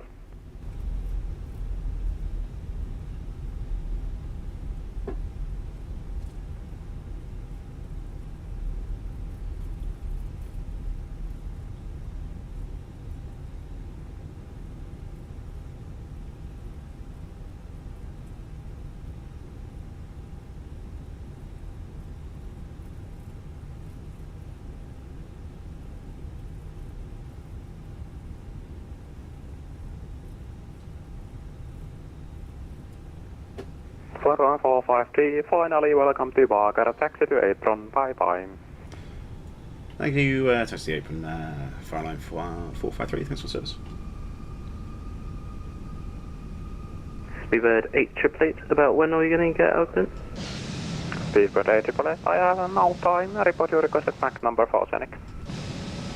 Speedbird 888, requesting Mach decimal 87. Speedbird 888, wonderful, glad to destination, runway 30, Racoup 2 November, flight level 430, Mach points 87, squawk 2056.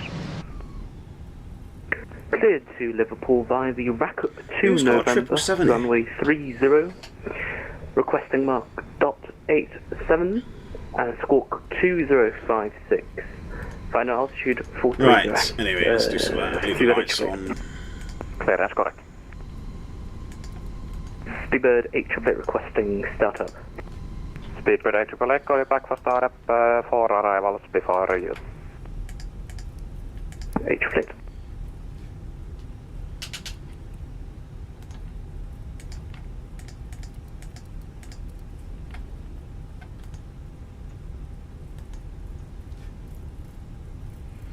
Yeah, I think that's probably a lot better than what it was in the real weather as well, so. I deleted my shaders. I don't even know what that means, Christian.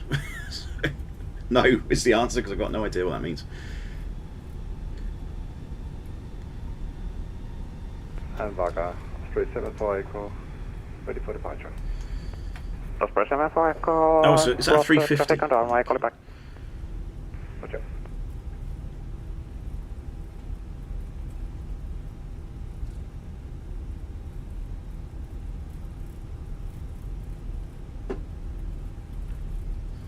Yeah, you can see the upslope to that runway, which doesn't help things. You got to almost flare a little bit earlier, which I did, but then I overflared a little bit, and then obviously floated a bit, but it's okay. It was controlled. It was towards the end of the touchdown zone, passing flight level 115, and then we landed, so it's fine. Just for takeoff and report passing 115. Austrian Echo. Correct. I don't think there's a single stand available.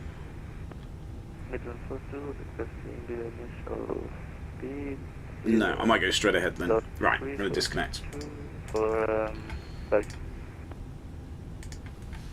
And then, which stand's that? I think it's the one right in front of me, which would be stand 3, I think.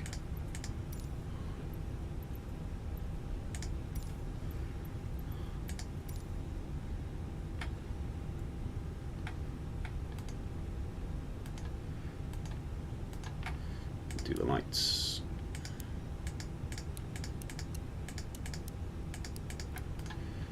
Alright, that's done. Accumulators good. APU's on. I think everything else is done.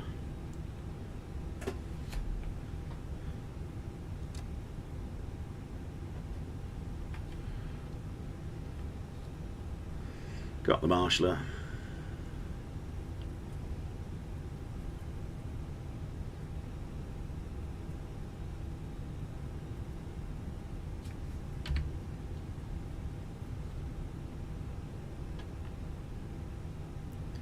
It's a shame about that real world weather, because it probably would have made it a bit more fun. We'll clear this side.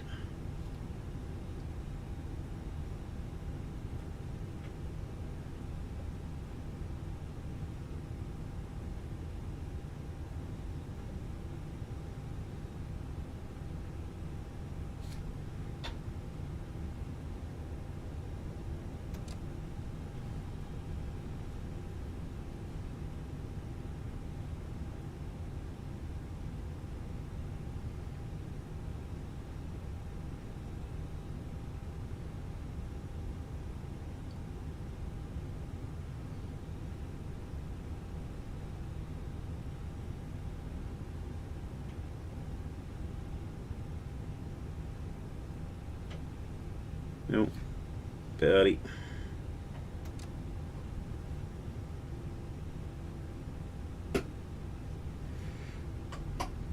Alright, that will do. 3 minutes. APU's there.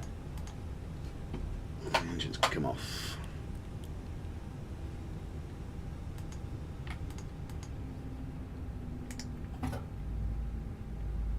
Yeah, am I after the doors?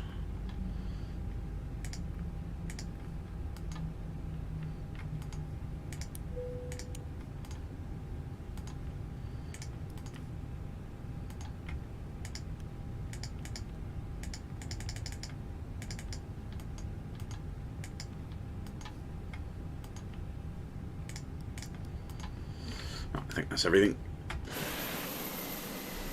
Yeah, that's not bad parking. That's pretty good. I'll take that. That's close enough. Got that here as well. Perfect. That's done. That's done. Deboarding.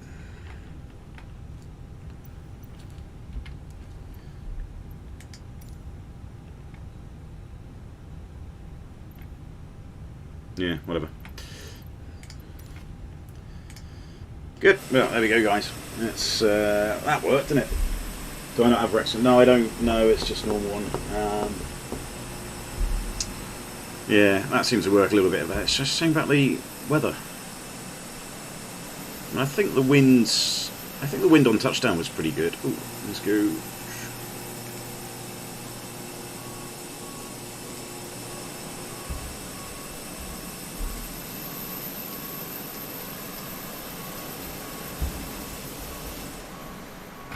Fairly sure that the wind was more or less correct.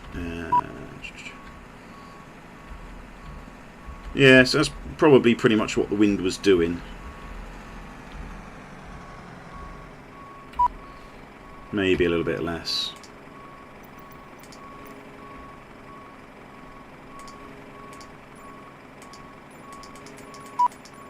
No, so it's just as well I updated that because that would have been probably calm weather, but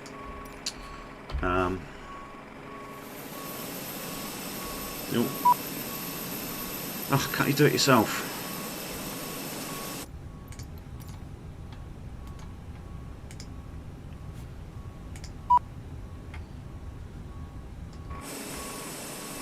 It's done.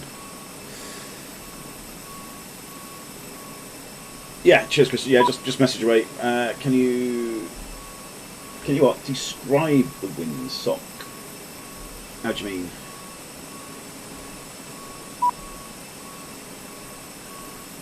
Do you mean is it limp? It was a bit limp. Oh, but fuck off.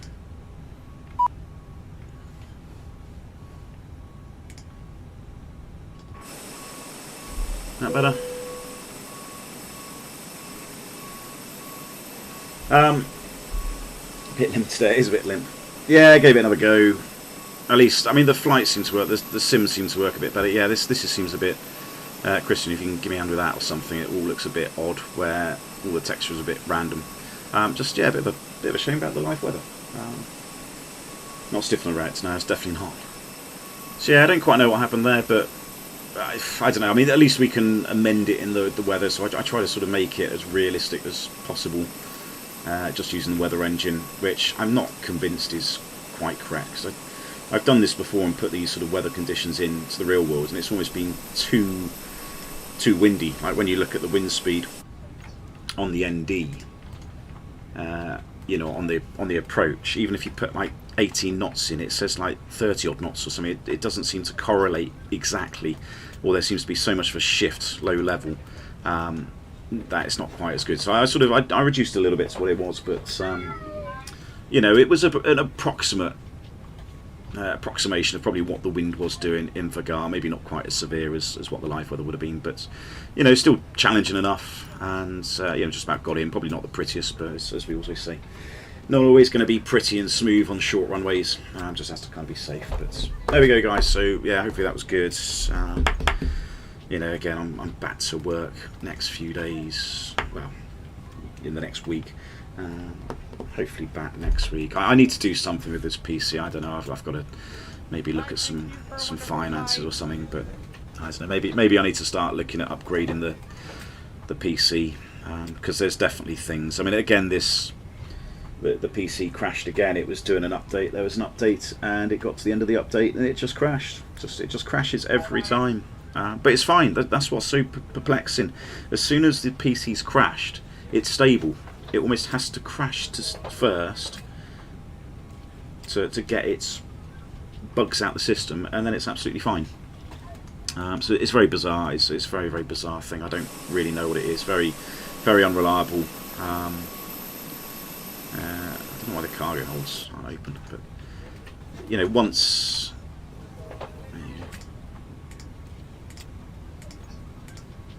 I don't know what it's doing. Whatever.